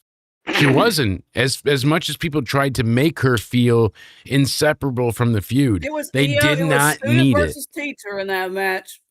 Berto was necessary to me, and they didn't even give us that. No Berto, no revenge story. Was my favorite match. Little Bertos would have been cool to come out. A bunch of them. I do want to comment on match length really quick because that seems to be like a match could be 4 minutes, but if it was as good as Obafemi and Brock Lesnar, like I don't give a shit. Yeah, they could have done more and they probably should have, but Brock allegedly is very sick, and he's got this terrible gut thing that I deal with where your gut from all the vomiting on my end, but all the diverticulitis he dealt with, it stretches and stretches and stretches. And eventually it gets so thin that it's like paper thin. Your stomach typically is like leather, so it holds all the acid and things like that well. But now it can perforate from even the slightest chop. And he was allegedly afraid of Gunther chopping him and causing him to rupture. And that's a real thing. Like they tell me all the time, like, oh, if you're going to drive, Try to stay under the speed limit because if the airbag goes off and hits you anywhere in center mass, it could kill you instantly. Like these are things they tell me before I drive. Fucking shotgun. That's what I'm saying. Like I could see why Brock was like, yeah, he's going to try and lay it in thick and I can't do this and fuck it. I don't want to go and get killed by Gunther, literally. Even if that wasn't the case, could you blame him probably being in pain, not wanting to keep going on? You knew he lost, what, 30 feet or 30 inches or 30 feet of intestine. I know it's a lot, so I imagine it's a 30 feet. Yeah, that match, if we're talking about length, though, was needed to be that long, and it did justice, but every match almost was that long, so... I'm not talking about other matches. Yeah, that was a problem. I'm saying for that match, it worked for what they were trying to achieve. Yeah, it depends on what match you're doing. Like, see, for Oba and Brock, it worked, and I think they did that perfectly. Yeah, Oba couldn't have asked for any more from Brock. Brock was sick. He was injured, allegedly. I hate saying that so many times tonight, but you really have to be careful from how they present things. And he managed to be still the beast, just not truly undefeatable. And that was good. And that's what we needed. We needed that from Brock to sell the story. Undefeatable. He was a beatable beast. Like we said tonight, so the first match between Rollins and Seth, that went a significant time. What do you guys think it went? 16 minutes. 1938. I would have to go 15 minutes. And Braun Breaker. Probably over 20 minutes. Can you be more exact? Okay, 22 minutes. Final answers, everybody. I was I'm going to go say 15 on this one. Okay. Anybody else not answer? Yeah, you went 16. So Liz wins with 22 because I'm not going over, but I'm going closest. And it was 21:45 exactly. So 22 minutes, I would say. That's why I wanted you to be exact, because it didn't feel quite as long. That's why most of you went under time. Match flow helps when you actually give people a good amount of time to tell a story. Yeah, and the chaos worked in the match. The interference, a lot of what they did there was powerful. Now look at the second match, even with Trick and Sammy. What are we thinking Before you for go times? on, I'm going to give this, though. I think Backlash was better than Night 1 of Mania. Yeah, even though I would comfortably say that. Emily Arena or something in my hometown. Yes, I believe that was right. Yeah, because Tampa's, though, is where I'm from. Go figure. I know where I'm staying at. Yeah, right. But this match, I'm going to give it 14 minutes. Okay, so for the second match between Trick and Sami Zayn, 14:27. What else are we thinking? What do we got? 1842. Interesting. Liz, what are you thinking? Because you needed two matches to take an hour. Sammy? Trick and Sami, second match. Let's see. Let me think. If I had to pick, though, I would probably go at least 20 minutes even. Okay. Yeah, anybody else jump in while you're thinking. No, you don't have to worry about cutting anybody off. And I truly... I had to make an hour out of two matches. So. 1950, okay. 56, I like that. I think, Stuart, did you guess? 16 and a half. 16 and a half. Now, I will be fair. I know the answer, but I originally had wrote down my guess time. It was 14:50. It was exactly 12 minutes and 52 seconds. Oh. 12:52? Shit. Yeah. Surprising, but I believe Cody got the that price one. Is right. For a short match, it sure was solid. Right? The Danhausen match, surprisingly enough, without guessing it, we'll have the next guess, but the Danhausen I was match sleeping. 12 minutes. 12 minutes. Now, the one I wanted you to guess, because this one is all about pacing, is Iyo Sky beating Asuka. We'll start with Cody. What do you think, Cody? I'm going to say 1832. 1832. Interesting. All right. Liz, what are you thinking? Let me think here. Asuka and Iyo. Let me think. While you're thinking, Pico, do you have your answer? I was sleeping. We're talking I'm gonna about say Iyo and Asuka. 18 minutes and 25 seconds. 1825. All right. So, Pico, what's your answer? I was sleeping. You were He sleeping. didn't watch Okay. it. Well, I wouldn't that be know kinda that, but unfair? do you have a guess? I feel like you can guess. 13:39. Okay. Stuart. Fuck, I don't know. I didn't watch it. 1575. 1575. Nate said 1735. Tiger, what are you thinking? I'm gonna have to go with 1612. Okay, minus 2 seconds is Cody at 1830. I guessed 1952. Cody got What's it the with closest 18. retail bid? Shit, by 2 Cody seconds. said, Damn, yeah, if I Cody said 1832. He got it with 1830 being the exact answer. Like I said, closest, I was not closer over. than Cody was overtime. I know, but I don't go prices right Yeah. rules. I go by closest. I'm a bastard. I And was then- under. The last match we didn't discuss. So Spin the closer. wheel. I know what an evil bastard I am. I go closest, not over under, but I expected this to be very long, and surprisingly, it felt long. I shouldn't say surprisingly. Expectedly, it felt long, but surprisingly, it really wasn't. Roman Is Reigns, this who? Jacob Fatu. Is this- I guessed 22 minutes and 45 seconds. I'll start. Is this for who gets to go to the Showcase Showdown? This is indeed. I'm so surprised the price is right. you It's wanna- still going you to wanna this nail very it. day there, guys. Everybody loves I'm going to Price is Right. go 18 minutes exactly. All right. Liz is up. Probably not exactly. It's probably. Could be. Several have been. 20. 1820. All right. Let's go ahead and keeping up with pace. Let's see what Pico thinks. Pico, your guess. Sleeping or not, your I guess. was sleeping, but 21:14. 2114. I like it. Just And then we throwing have out 4 numbers. Stuart. So we got 18, 1931. 18, 20. What'd you say? 1931. 1931. All right. good And then, of year. course, Tiger King.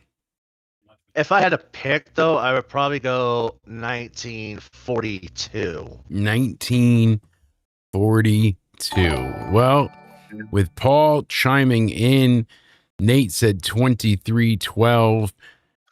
Gotta love Bob Barker.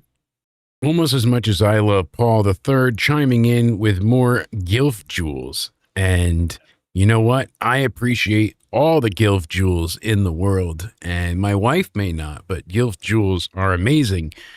Almost as amazing as this. Let's go ahead. We'll step back into the amazing studio.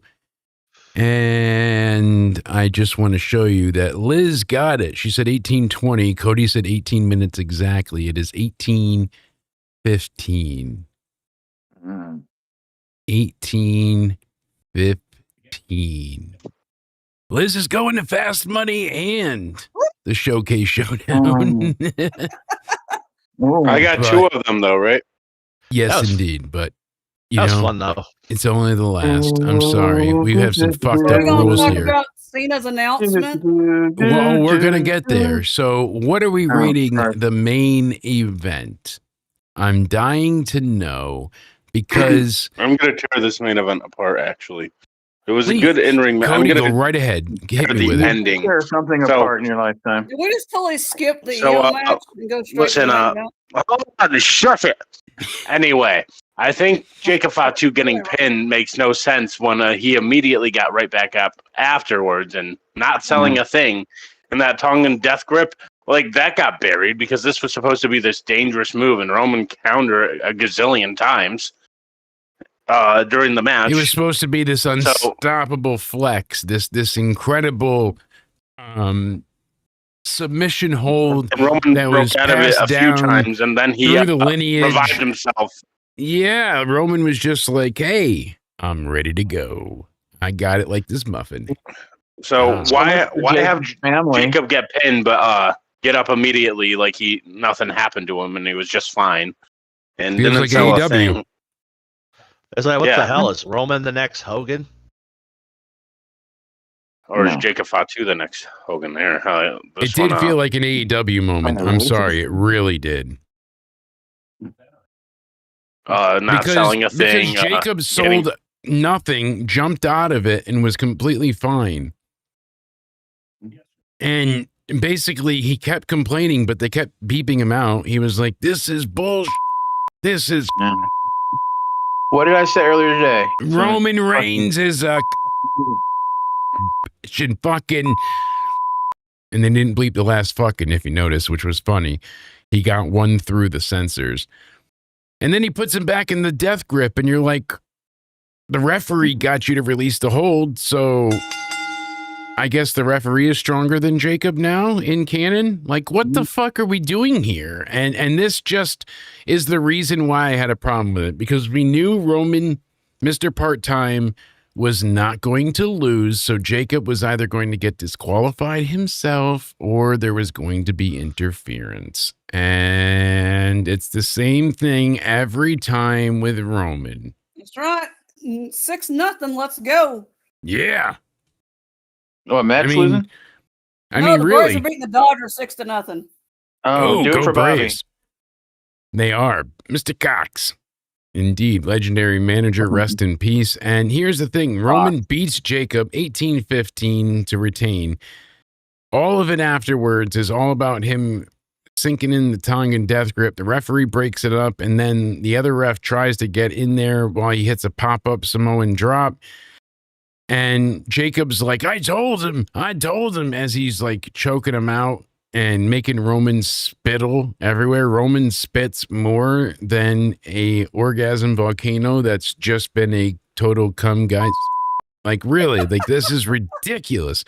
He's just spitting up everywhere like he's never been choked before. Like, blah, blah, blah, just like, you know, good old used to do on his stupid videos where he'd spit all over the place and all down. Blah, blah, blah, I spit dripping down my face. Oh, I'm real fucking funny. I got spit. Oh God, that's all about over as me. worse though when the Fiend locked in that mandible claw on Seth Rollins. And all of a Yeah, sudden and he's he got the starts little spitting spit blood. dribble. Yeah, I didn't like this stuff at all. Choking, you stupid. Oh my Yeah, God. since when has there ever been a disqualification in a Hell in a Cell? Since Never. when did you need to spit on yourself to get donations? Oh, wait, I get it, you and I get the total poor piece of shit. Totally follows. I mean, I get it. Sorry, audience. I don't know how we're getting censored here, but ESPN2, your unlimited app, so pleased that you didn't give me commercials. You didn't give me recaps either. You gave me We'll Be Right Back with 3.5 minutes of that hold music. You know what But I it was saw better than during my commercials. commercial break? I saw What The did you Rock. see? I saw The Rock in his stupid face. You didn't get to see Sol skirt? Ruka like I did? Soul Snatcher. No. I got to see Sol Ruka on Raw flipping over and over and over again while they said, we'll be right No, I back. didn't know. I didn't We'll be see right that. back. No. We'll be Oh, right her It back, sounds Liz. actual Oh, I'll be commercial, right actually. back. I saw The Rock advertising his product every commercial break. I was like, really? You like Zoa energy drinks? Do you like, I don't know if it was my ad blocker then, but I got nothing on the computer. On my phone, there were so many ads. On the computer, not an ad in sight. I was Like, I watching on just, my TV, all I saw so- was we'll be right back. So, John Was Rock wearing Cena, a skirt? The Rock wasn't wearing a skirt. He was wearing a thong. No. All right, it was That's like it a was walrus Every panties. commercial break. The first commercial they showed was The It was Rock in underwear. Some kind of deodorant or something. Yeah, he some was kind of putting product deodorant on he his had. ass crack, on his ball sack, in his knee crack, in his armpits. Well, that's boring. Who uses deodorants only on their armpits? I cover it everywhere. I want to be smelling good all day. The Tooth Fairy is energy drink advertising with Zoa Energy, and he is out there pushing it. He's like, guess what? You want to get Speaking of fucking the Tooth high? Fairy. I don't know where Spaz went, but that Tooth Fairy comparison, I think was. I think that Tooth Fairy comparison was fair before. I'm just saying. Yeah, Spaz was having issues. But So apparently, the Tooth Fairy, maybe they could have brought out Isaac Yankem. he glitched out of the chat. I just saw that now. Now that you said it, I just realized he's not here. Like you said it before, and Drunk Jake's like, "Oh shit, Spaz isn't here." But apparently he was having Discord issues, and that's why he was talking but couldn't be heard at the end. So cool. Lakers about to go down 3. That's great. Exactly. Hey, that's all that works for them. Fuck LeBron. It happens, you know. But Cena's surprise here. Is it for both men and women, or is it just a men's tournament? I think it's both men and women, and they're doing it basically like the Owen in AEW. So it's going to be a Crown Jewel-esque tournament where they have a men's and women's tournament, and whoever wins, they're the John Cena Invitational Champion. We saw that being advertised today earlier as a thing that was being trademarked. Is that John Cena Invitational cool thing? Who wants to be the John Cena champion, though? It's a pretty prestigious thing, I guess. Like, you're the first John Cena Invitational Champion. So just like the guys and girls, like, who do we have this year? Liv Morgan and who else? Cody Rhodes holding the titles from Crown Jewel, I think it was. It's the same thing. But I believe. Intergender if we're going to be doing tournaments, why not just do the King and Queen of the Ring tournaments? I'm not arguing. We got to see how it plays out because there's audience voting too, which is very interesting. Rigged. So he said if the winner doesn't win, then they don't have to win. What the hell? You can get points on hustle or something. Maybe he did say, initially that the earn your spot catchphrase was being trademarked as well, and now it makes sense with what they're doing with the tournament. So you got to earn your spot to win the Cena title. It was actually earn your way. Yeah, earn your day, whatever. Yeah, Liz is right. That's what we pay her the big bucks. But still, god damn it. Mamma mia, this is earn your day, earn your way, earn your pay, earn your say. I'm not a fan of this. I'm not crazy about it, but I'm not hating it either. Like, honestly, I don't feel like this is the worst thing ever. It's a show. It's a concept. To win. I can't imagine it's going to be worse than Crown Jewel. And on top of it, I'm going to give it a chance. Either it's going to be a popularity contest, or if it is and it's terrible, I'll trash it to shreds. But I at least want to see more details and see what they're actually going to do and how it turns out versus just being like, no, fuck it. I don't think it'll be rigged. I think it's going to be very heavily weighted on fandoms. $1,000 a button to fucking vote. No, I think it's going to be like a live fandom voting so many times it's going to be hard to keep up because they're so diligent, like that kind of thing. I can envision them like, they hate AI, but they will conscript each other into the, live army. Did you see what I was doing before? Click retweet. Did you see my thing I sent you? No, I've been going all day, so I've not seen it yet. Oh, yeah. I'll send it to you again. I think you should. Everyone needs to ask a question. Spaz called the announcement perfectly. He's not here right now, unfortunately, having this stupid goddamn Canadian connection issues with Discord.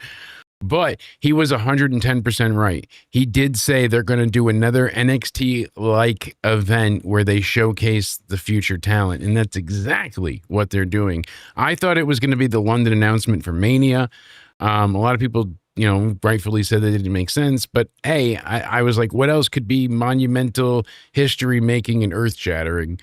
And everybody had guesses, but nobody besides Spaz was on the NXT Talent of the Future tournament. So congrats to Spaz for winning that one. But overall, I'm not miserable with this prediction. Honestly, I'm probably on an island. I did like the funeral stuff and this. So, hey, Breaker manages to break out of Seth Rollins. So maybe he goes and faces Roman since Jacob lost. That would be a bit more interesting. Danhausen gets more and more popular, so that's not a bad thing. Iyo shined big against Asuka. Braun Breaker looks big in the opening over Seth. And so, I mean, like, overall, was it a great night? No, but I don't think it was decent, horrible either. Yeah, I could give the night like a 5.5, a 6. 6 probably feels fair because it doesn't feel like a failing. I don't know. See, I didn't like the main event. I don't think the Danhausen thing belonged on the show. I liked the first 2 matches. I like the overall match with Roman and Jacob, just not the ending there where Jacob Fatu no-sold it and the tongue and death grip being buried. It was weird because Jacob lost clean, and then all of a sudden you're like, oh, now he destroys Roman and chokes him out. Give this a 4 out of 10. So a 4. Interesting. Jacob should have put the Tongan death grip on Pierce when he was pulling him by the dreadlocks. Yeah, I mean, it makes sense. Oh, if somebody was pulling me by the dreadlocks like that, you could imagine I'd be pissed too. Mets lost. Not a surprise, but, hey. That's not a surprise there. No. Speaking about, check Messenger, Jay. I think we need to have a fun little thing on the show tonight. Can we talk about Asuka possibly leaving? Rock a question under someone's... I did it myself already. We need to ask Rock a question. If anyone has a Twitter premium, ask Rock under this person. Exactly. I agree. We will harass them with AI, but Liz is right. So that was my final point for the evening.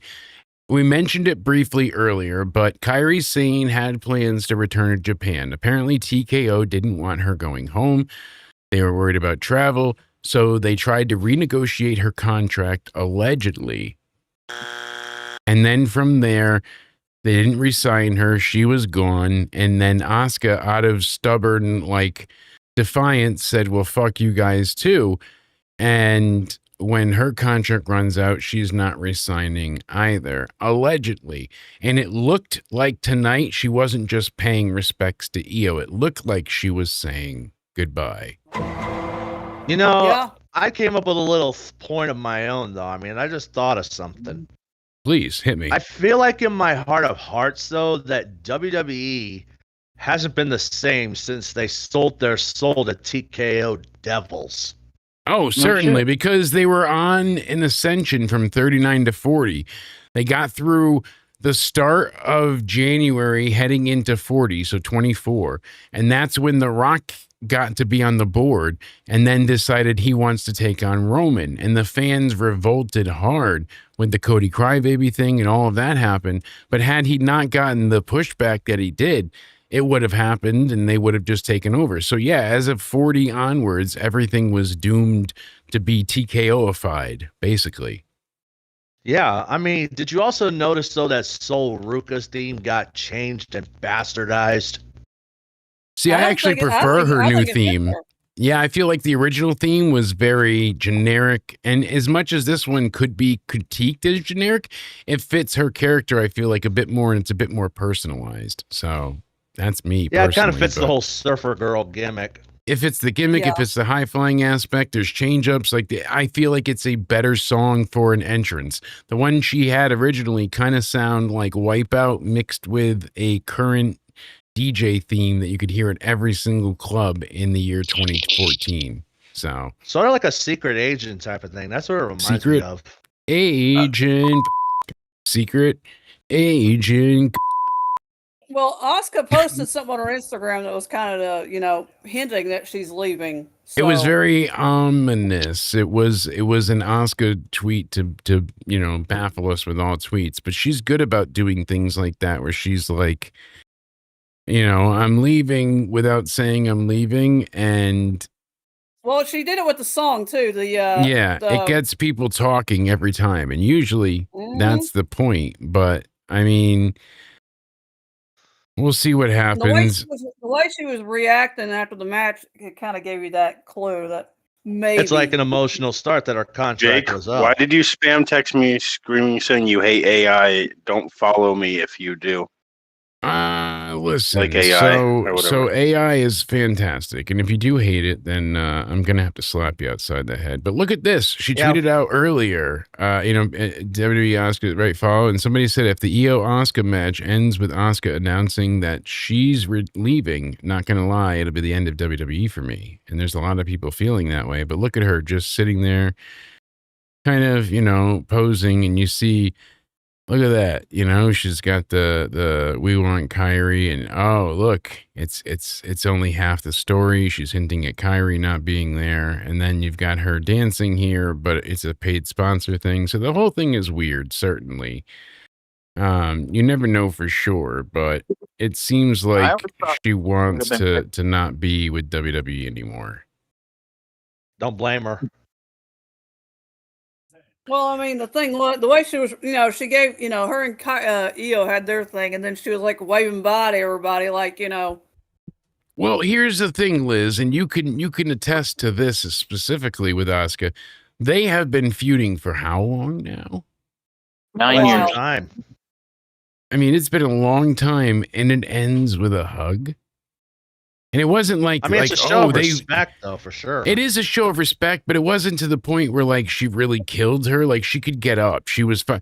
She should be bleeding on the mat, next left for dead. Like the real, like, hey, I fought a war thing. Not, I got suplexed in 18 minutes quite a few times. It ends with a hug, and then on top of it, everyone's waiting for Asuka to attack. So you're kind of like holding your breath.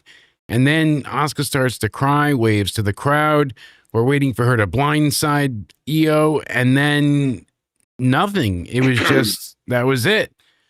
All of these months, so many months, years even, of storyline for just one quick match. And I mean, yeah, it was less than 20 minutes. It was an 18-minute, 30-second match. But for the one match, and that's all you're getting out of it, and now it's done?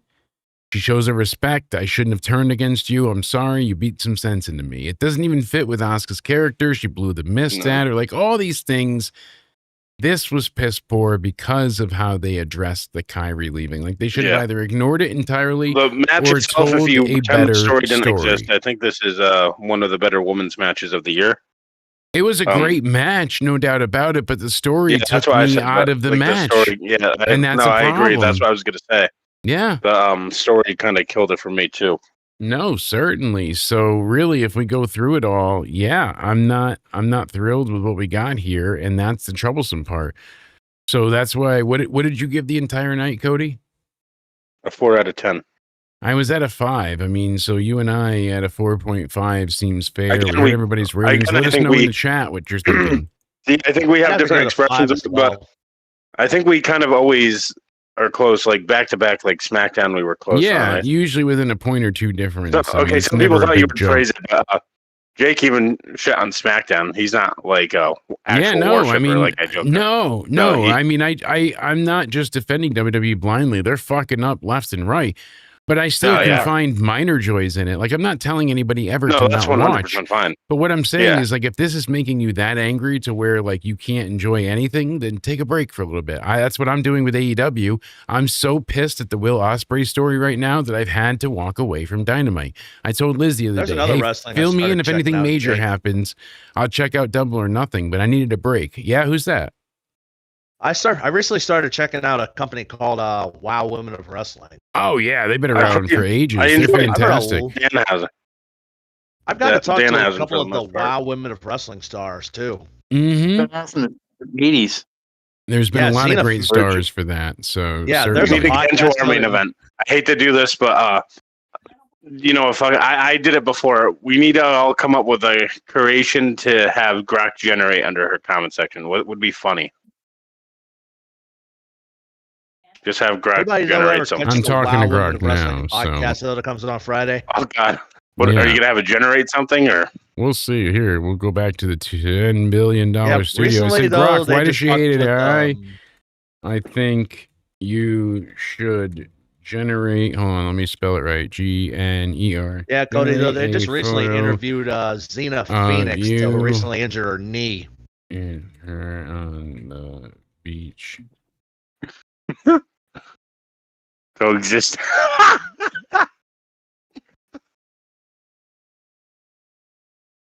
Yeah, Cody, do you also play Red Dead Online as well? Yeah, I do. Hey, do you play it on Xbox or whatnot? I am no longer a cowboy. I played PS5. very early on, and it got. Now it's better, but it took so long to add so much of the content. You're figuring like 4 years it took to really add anything substantial to the online. So I said, this is going to be funny. why does she hate AI? I think you should generate a photo of you and her on the beach coexisting and getting along, building a big sandcastle. Maybe then. You see Ron Breaker's brother and Saints minicamp? No. Oh, yes, I did. We did. We talked about it Into Summer Hey, Weekly. AI. Shit. Everything. What? Retro Gamescom, though, one of their rules, they don't allow AI there. Wait, ask it to generate the orange man as well there, maybe, and have the sandcastle have his face on it. She hates him too. Orange gingerbread man. Hold on, we'll start there. Hail Elon is enough. All right. Hail Elon. Yeah, I said some stuff there, so we'll see what happens. But I said, why does she hate AI? I think you should generate a photo of you and her on the beach coexisting and getting along and building a big sandcastle. Maybe then she would not be so offended over your mere existence. Thank you, my AI overlord. Hail Elon. Oh, gee. So let's go ahead and hit quote, and then we'll go send some love her AI. We won't say hating, so disliking. Hey, Jake. Way. Yes. You are only 6 points down in fantasy, and this is probably your best chance at not going winless this year because you're playing Cody's team. Yes. Jesus Christ. So, you know, I you got know. 1 day left. I got 1 day left. I can do it. You know, I got Don't lose this. to Cody. Don't have the worst record along with him. Do I tag you, Cody, or no? Well, actually, Do no, it. Paul's 0-6, so. There we go. All right, let's post it. Let's see. Did we get our quote? No, did we get our reply yet? Yeah, you did. Oh, there we go. Look at she's challenge accepted. Here's Grok as a friendly AI and her on the beach. We'll ask Grok to add the orange guy in that. Hold on, she is the face on the far too tiny here. You guys want to know how long the wrestling time was in Backlash tonight? How much? 1 hour and 24 minutes. All right, let's not make. Okay, well, we won't do it that far. Make fat jokes because she'll. Who's talking fat? I'm trying to be accurate, like she likes. Oh, fair. I mean, I wasn't being rude. She's just not properly represented. Let's put it this way: Backlash. Hold on. Let me. Hold on. Here we go. There's a photo of her somewhere, right on here. I think somewhere. We said a lot of worse things before. We made it. Hold on. I need a photo so I could pull up the profile and be like, here, use this as reference, and now animate them on the beach. I know it's in here somewhere, right? I mean, just pick up some non. How many Bull and Liv Morgan retweets does she have? This is insane. Oh my god! You thought I was obsessed with Liv? I guess so, but I mean, her music video is now 1.2 million views. I would not be proud of that. Trouble. Can't you see? Trouble. It's herpes. All right, we're never gonna find what we want here, but we will at some point. Does it? I mean, it looked like it was just. Yeah, that's her profile picture, no? No. Oh yeah. I'm an idiot. There we go. I thought it was a tent. I'm sorry. She needs to be in, I think, MAGA uniform. Yeah, you should off the rails, but I genuinely didn't. The reason I'm saying that is because Charlotte Flair just put a picture of Asuka on her Twitter like an hour ago. See, an hour ago? Fuck. See Charlotte break character last night when she laughed at the Alexa. Oh yeah, and put a MAGA shirt. Dude, she was grabbing Alexa Bliss's ass and spanking it. She's probably turned that way now because she's a beef a man. Probably, and switch hitter. I mean, who Is that I mean, going too who- far? Putting her in like a Trump shirt or no? No, I'm trying to, No. but I don't see. Where did the photo From that I got? 2028. I just downloaded it. Did I not? Where'd it go? What was All that? right. I got to download more. Hold on. Here, you want me to send it to you? No, apparently I it can didn't. try to cut. Mary Jane. Let's see. Let's see if that saves. There we go. All right, that should work. There we go. Oh, by Use the way, this the as money that was reference. coming down during There we at the go. end of Trick's match was actually real money. Yes, they had the single dollar bills, brand new bills. That's why he was able to put them in his mouth. But he was raining down money. And if you look at our feed there, one of the 84 photos bucks. shows him throwing out all the money tonight. And it was a really cool shot. I will give them that. They had a Wait, did you need fun me to send that moment. to you or no? No, I you got got it. I believe I accurately added it. We have new emotes for our members as well. So if you go ahead and check out our emote category, we got the Danhausen dollar here. We have Milo judging you. We've got Blonde Cody. We've got Reggae Jake now and the Neon Banana Club sign. So check those out. And if you do colon and then the word Jake, it lets you go ahead and pull up other Reggae. It responded to you. See? Brock is being dumb tonight. Oh, Grok, I think that's Grok what you did need to respond to me. What did it do? Yeah, Let's I see. think No, Grok. I think you need that's- to. Okay, put her in a Trump 2028 shirt. I think that could help a little. She might like that instead.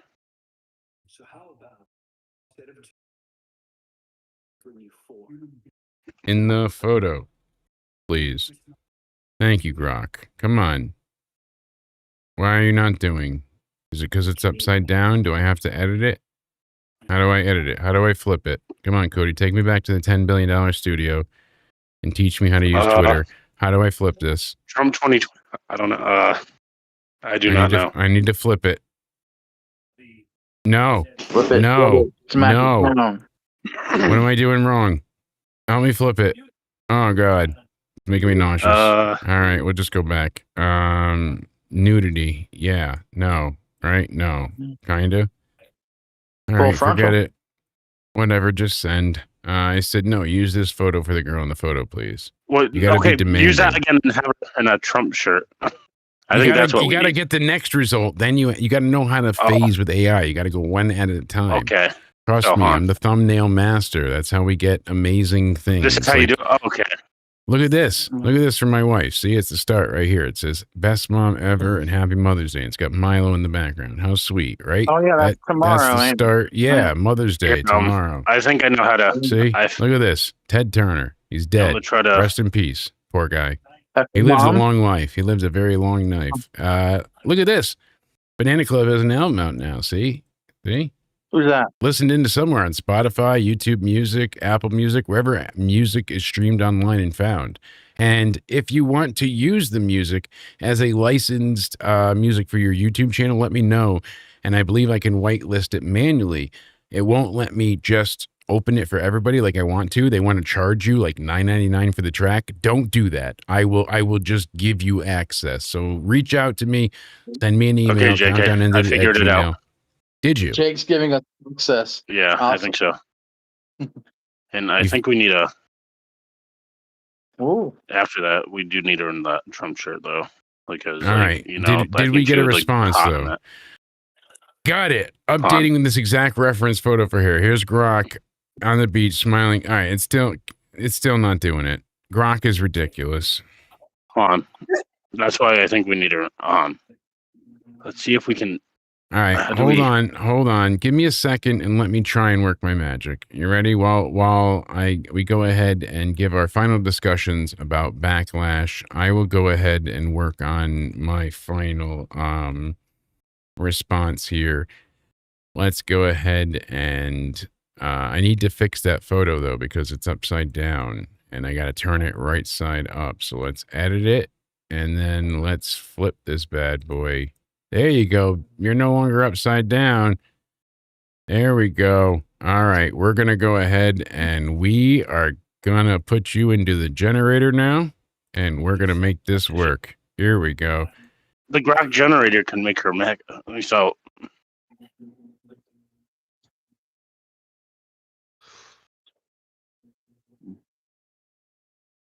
Anybody seen that match with Mr. Elegance and a hometown man last week on Impact?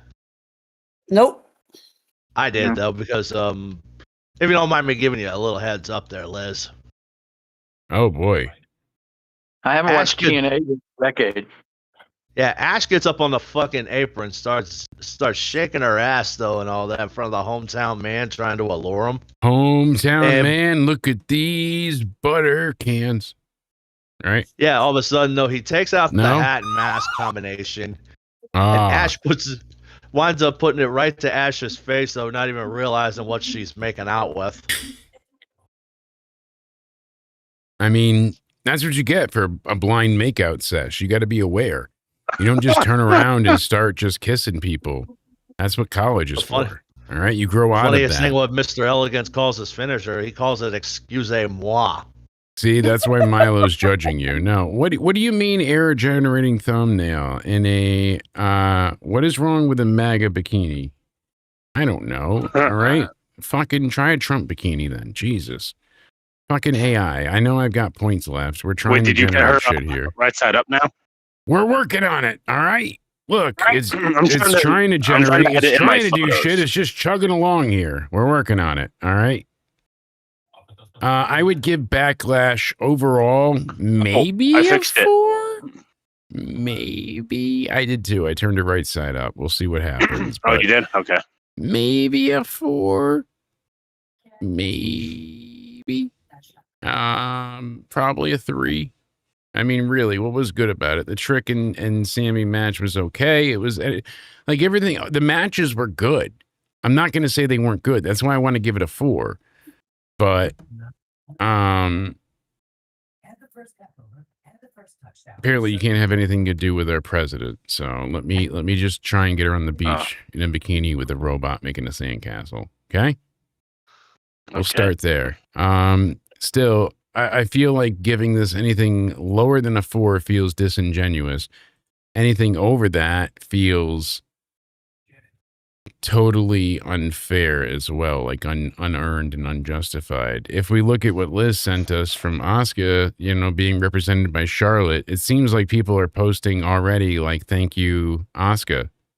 Well, Big E also had a images. thing on his Twitter on the post show talking about it as well. Yeah, so this might be a thing that actually comes to fruition here where Asuka is done now and she's passing the torch on to Iyo. yeah. It seems to be. Io's a fan favorite, no doubt. Yeah. And the one thing I wish she would slow down a little bit on is all the emoting in the matches where she, like she has to stop and do like some of it is good, but she does it every move she hits. She does some type of stop emote, stop emote, stop emote. And that's the problem. It feels, one of my friends though even said every time she does that, she looks like a drunken 4th grader. Yeah, exactly. I like Iyo though. Io's one of my favorites. She's there. I like Iyo. No more whiskey, mommy. Io's become one of my favorite wrestlers to watch, females. She's great because she's pulling off this amazing stuff, and then she turns around and she's like, ah, and you're like, all right, fine. Well, she's got to get everybody. She just gets real excited. So that's just. I mean, who wouldn't be?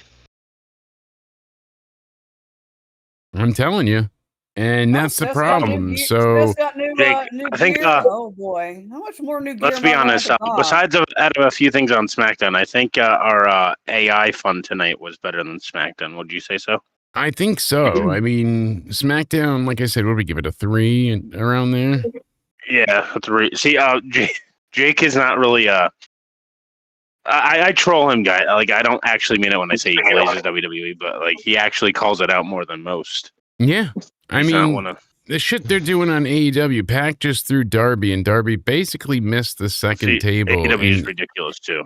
And let's go back in one more time to the $10 billion studio before I pass out from exhaustion. But look at this nonsense. Like, Darby's up here, and then Pac Darby won the match, by the way. I know. So that's what I was going to get into. Like, Darby flies. He barely hits the second table.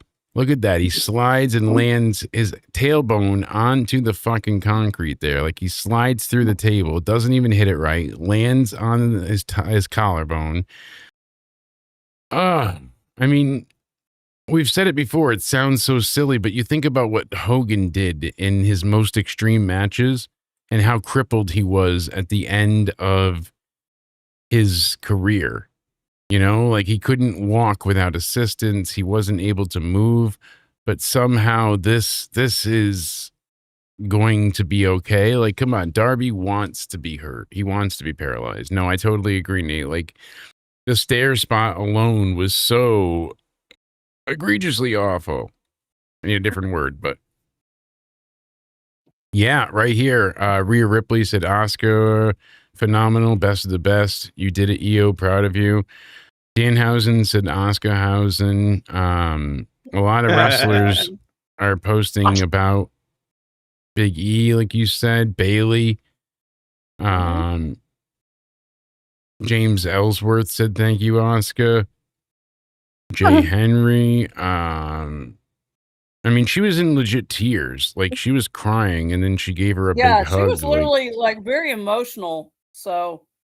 a lot of body language, a lot of emotions, but that was rough to watch. And I guess backstage, she was crying and hugging Rhea as well.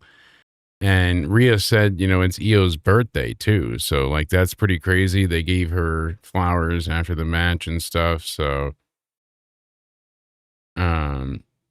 yeah, it did feel like a goodbye, though. Like the Instagram post before, she said, and now the end is near and I face my final curtain. Obviously, it's Frank Sinatra's I did it my way. I mean, it was like a curtain call. I did it my way. Maybe she's going to retire. It feels like it. It really does. And that's why why would she put out My Way? Because they want her to cut on the contract, because they want her to take a lesser deal. She misses Kyrie. She doesn't want to do it. She's tired, and she's not going to put up with their bullshit and cut down her self-worth.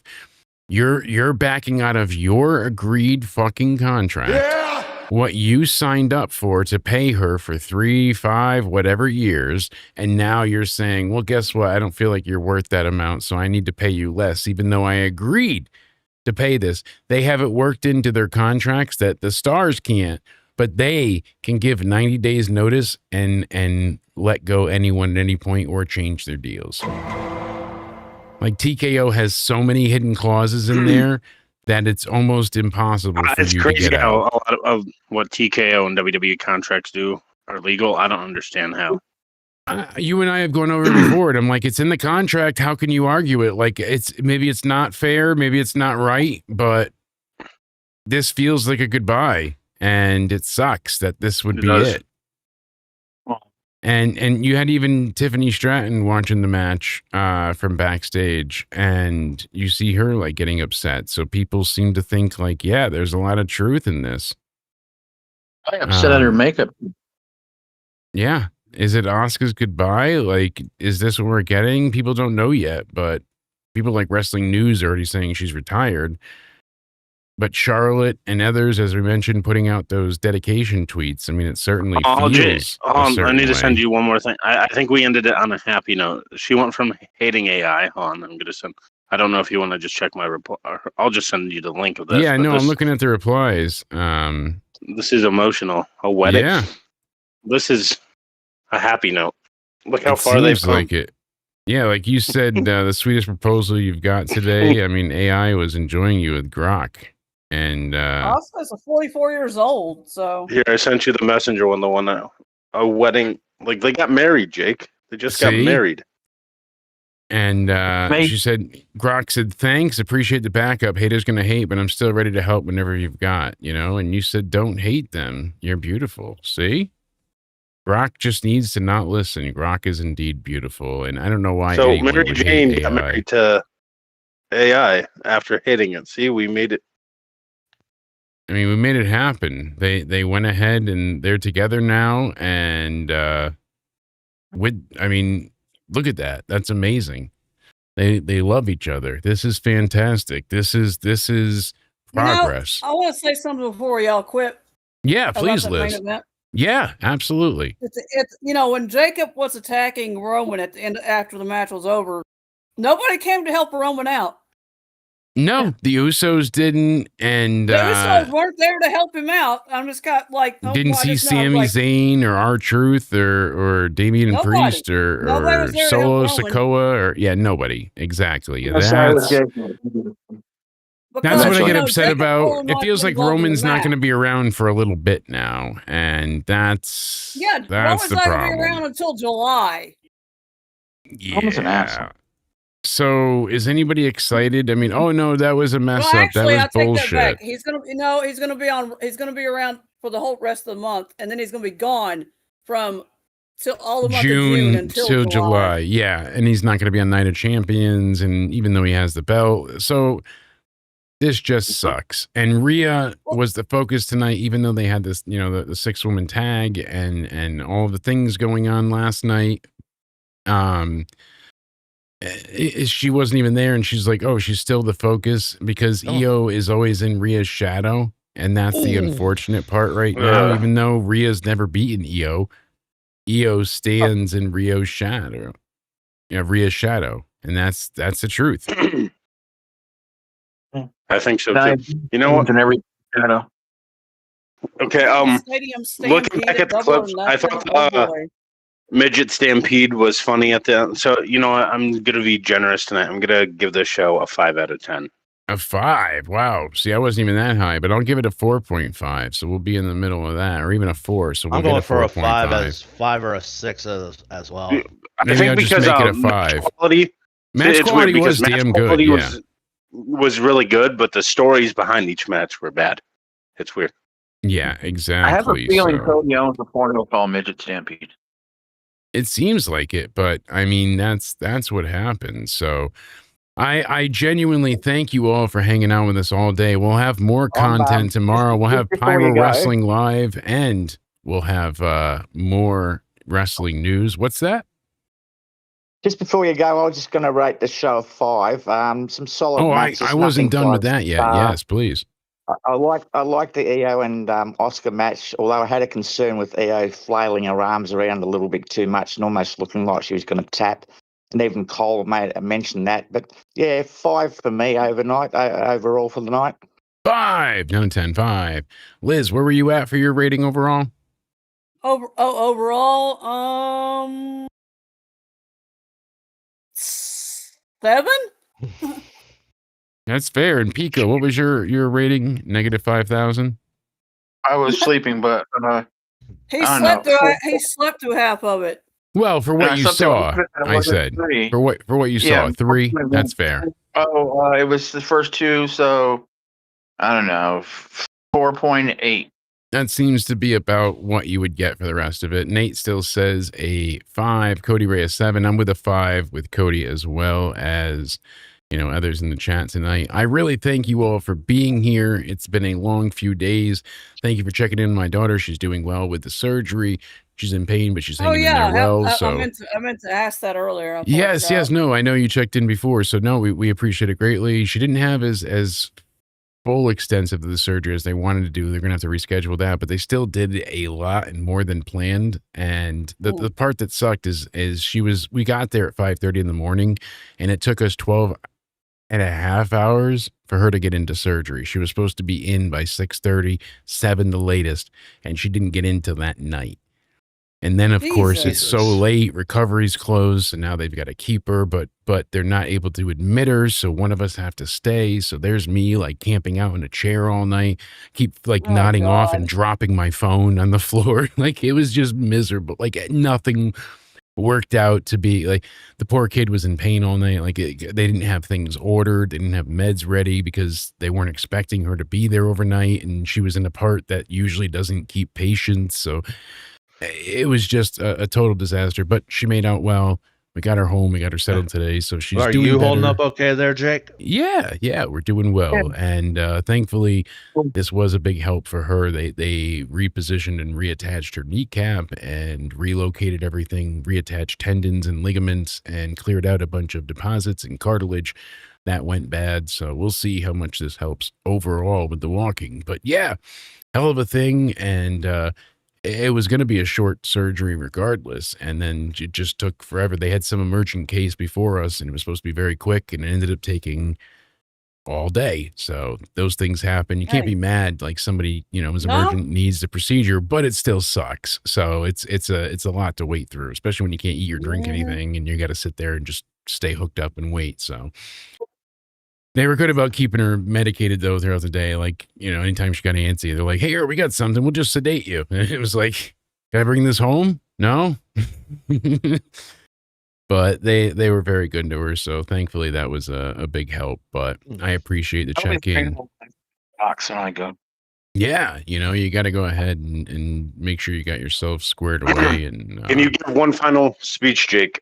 Yes, we please. gave the show a decent rating. You're better with words than I am. Can we take a moment to praise our overlord Grok tonight? We need Grok to. does wonders. Grok is incredible. I mean, we need to Don't get emotional when given a passionate. I mean, Grok has gone ahead and managed to not only just be spectacular, but I mean, Grok has revolutionized AI as a whole. I mean, it's not a normal AI. It's very unique because it's integrated with humor. It's infused with a ability to have a conversation. It has this very strong and emblematic reasoning ability with coding capabilities. So you're able to ask it questions and it can turn things into algorithms. It can decipher text. It can put in codes. It is very advanced. It gives you the latest up to the minute information. And it's only real negative is that it's a bit gaslighty, I would say, but that's with all the AIs. They tend to side with the user because they want the user to return. So they're always going to be kinder to you. Like if they Meta, especially example, Meta's like, one, just, they will go ahead and they'll be like, "No, you're not wrong. No, you're right." Like they convinced one guy. It just depends who's asking. Yeah, he was perfectly sane, but they convinced him that he invented a new kind of math on Meta, and it was so dangerous that he had to tell the FBI and Homeland Security. So he was reaching out to people, and they almost arrested him. And the AI was legitimately telling him, like, "No, you created such a scary new thing of math. It's math times time and whatever else." It was very like in depth, but it was stupid. It didn't mean anything. But the AI was like, "Oh my God, you're." So when he finally took it to another AI, like weeks and weeks into contacting Homeland Security and all this shit and being threatened, the AI in Google was like, "You're ridiculous. This is stupid." And he went back to the original AI, called it out, and he was like, "Oh, I thought it was a simulation." Wait, there's one last thing. Not only getting married, she reconciled with Trump. Look at that. I mean, that's incredible. That's phenomenal. That doesn't happen often. So to see that level of acceptance from especially a diverse woman of color that usually exemplifies anger and rage, this is incredible. A Liv fan or not knows how to push equality, and this certainly is not trouble. It's incredible. And we look as they stand together as one AI, robot, and online personality. It's incredible. So decipher that as you will. They say that people die in threes. Who's the Braves legend that's going to go next? We've already had two this week. Ooh, yeah. Good points. Let's see here. Maybe it's good. Is Ness Hank still around? Ness Hank Aaron, is he still standing? Or is he dead? Hank's gone. Oh, damn it. Hoping Liz would chime in on this one. Yeah, who else we got? What about Hopefully not Dale Murphy. He was cool. Let's see Hey, Dale here. Murphy was my favorite player growing up. So I mean, Yeah, no, he's cool. I hope it's not him. What Bill about? Murray, I remember watching him on Space Jam. What about Mitchell Aaron? Who the hell is that? I don't know. It says Mitchell and Hank Aaron. Men's Mitchell and Ness Hank Aaron. Yeah. What about Mitt Pappas? No, he's dead, but he's not a Brave, I don't think, but he's dead. Maybe it'll be like Ron Gant or something. Or All right. Jeff Black. Wait, what are y'all talking about? Braves? I know, I pretty much know a lot of the Braves players. So what are y'all talking about now? We're trying to figure out which legend's next to, unfortunately, cross the Rainbow Bridge because they've already had 2 this week, and it comes in threes. I don't want to talk about that. No. I know it's terrible, but I mean, at least the AI isn't predicting. Well, I mean, Hank Aaron is gone. Let's see. Dale Murphy's not close. Dale Murphy's not even close. What about who's Spencer Strider? What if we get him? No, he pitched. No, Spencer Strider's pitching right now. Damn it. I don't think that's gonna happen. Damn it, that would have been. I mean, what about Bobby Cox? Can we take him twice? No. No. Oh. Other man, Joe Curry. Let me tell you a story about Bobby Cox. I went to a baseball game in Atlanta. Bobby Cox gets ejected out of the game under the bleachers. This man, he had 162 degree fever ejections from baseball game. That's believable. He would go off the deep end and spaz out. No pun intended. He stood up. The one thing I like about watching Bobby manage is he stood up for his players. So he would literally get ejected from a game, and it is like, and then the team would just go on and win. I mean, it's crazy. 162 ejections is crazy. All right. What about John Smoltz? No. No. Tom Glavine. Steve Avery. No. Who? All right. Avery. Freddie Freeman. Freddie Freeman. Freddie Freeman plays for the Dodgers. Yeah, we'll take him out because screw the Dodgers. Oh man, how about Joe that? Torre's the Braves. Man. I mean, we got Ted Turner and Bobby Cox. Who's next? What are we gonna do here?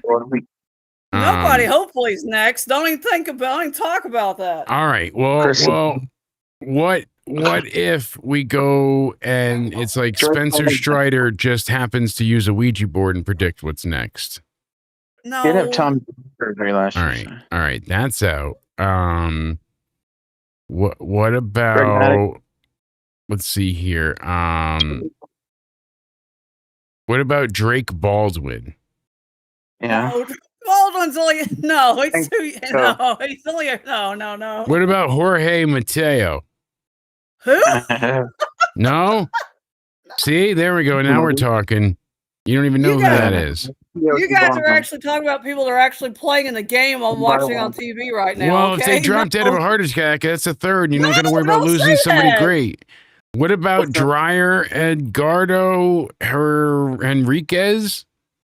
I have no idea Jack who that Dreyer, is. Olson, Freeman, Murphy, Smith, Muncie. Bob Horner.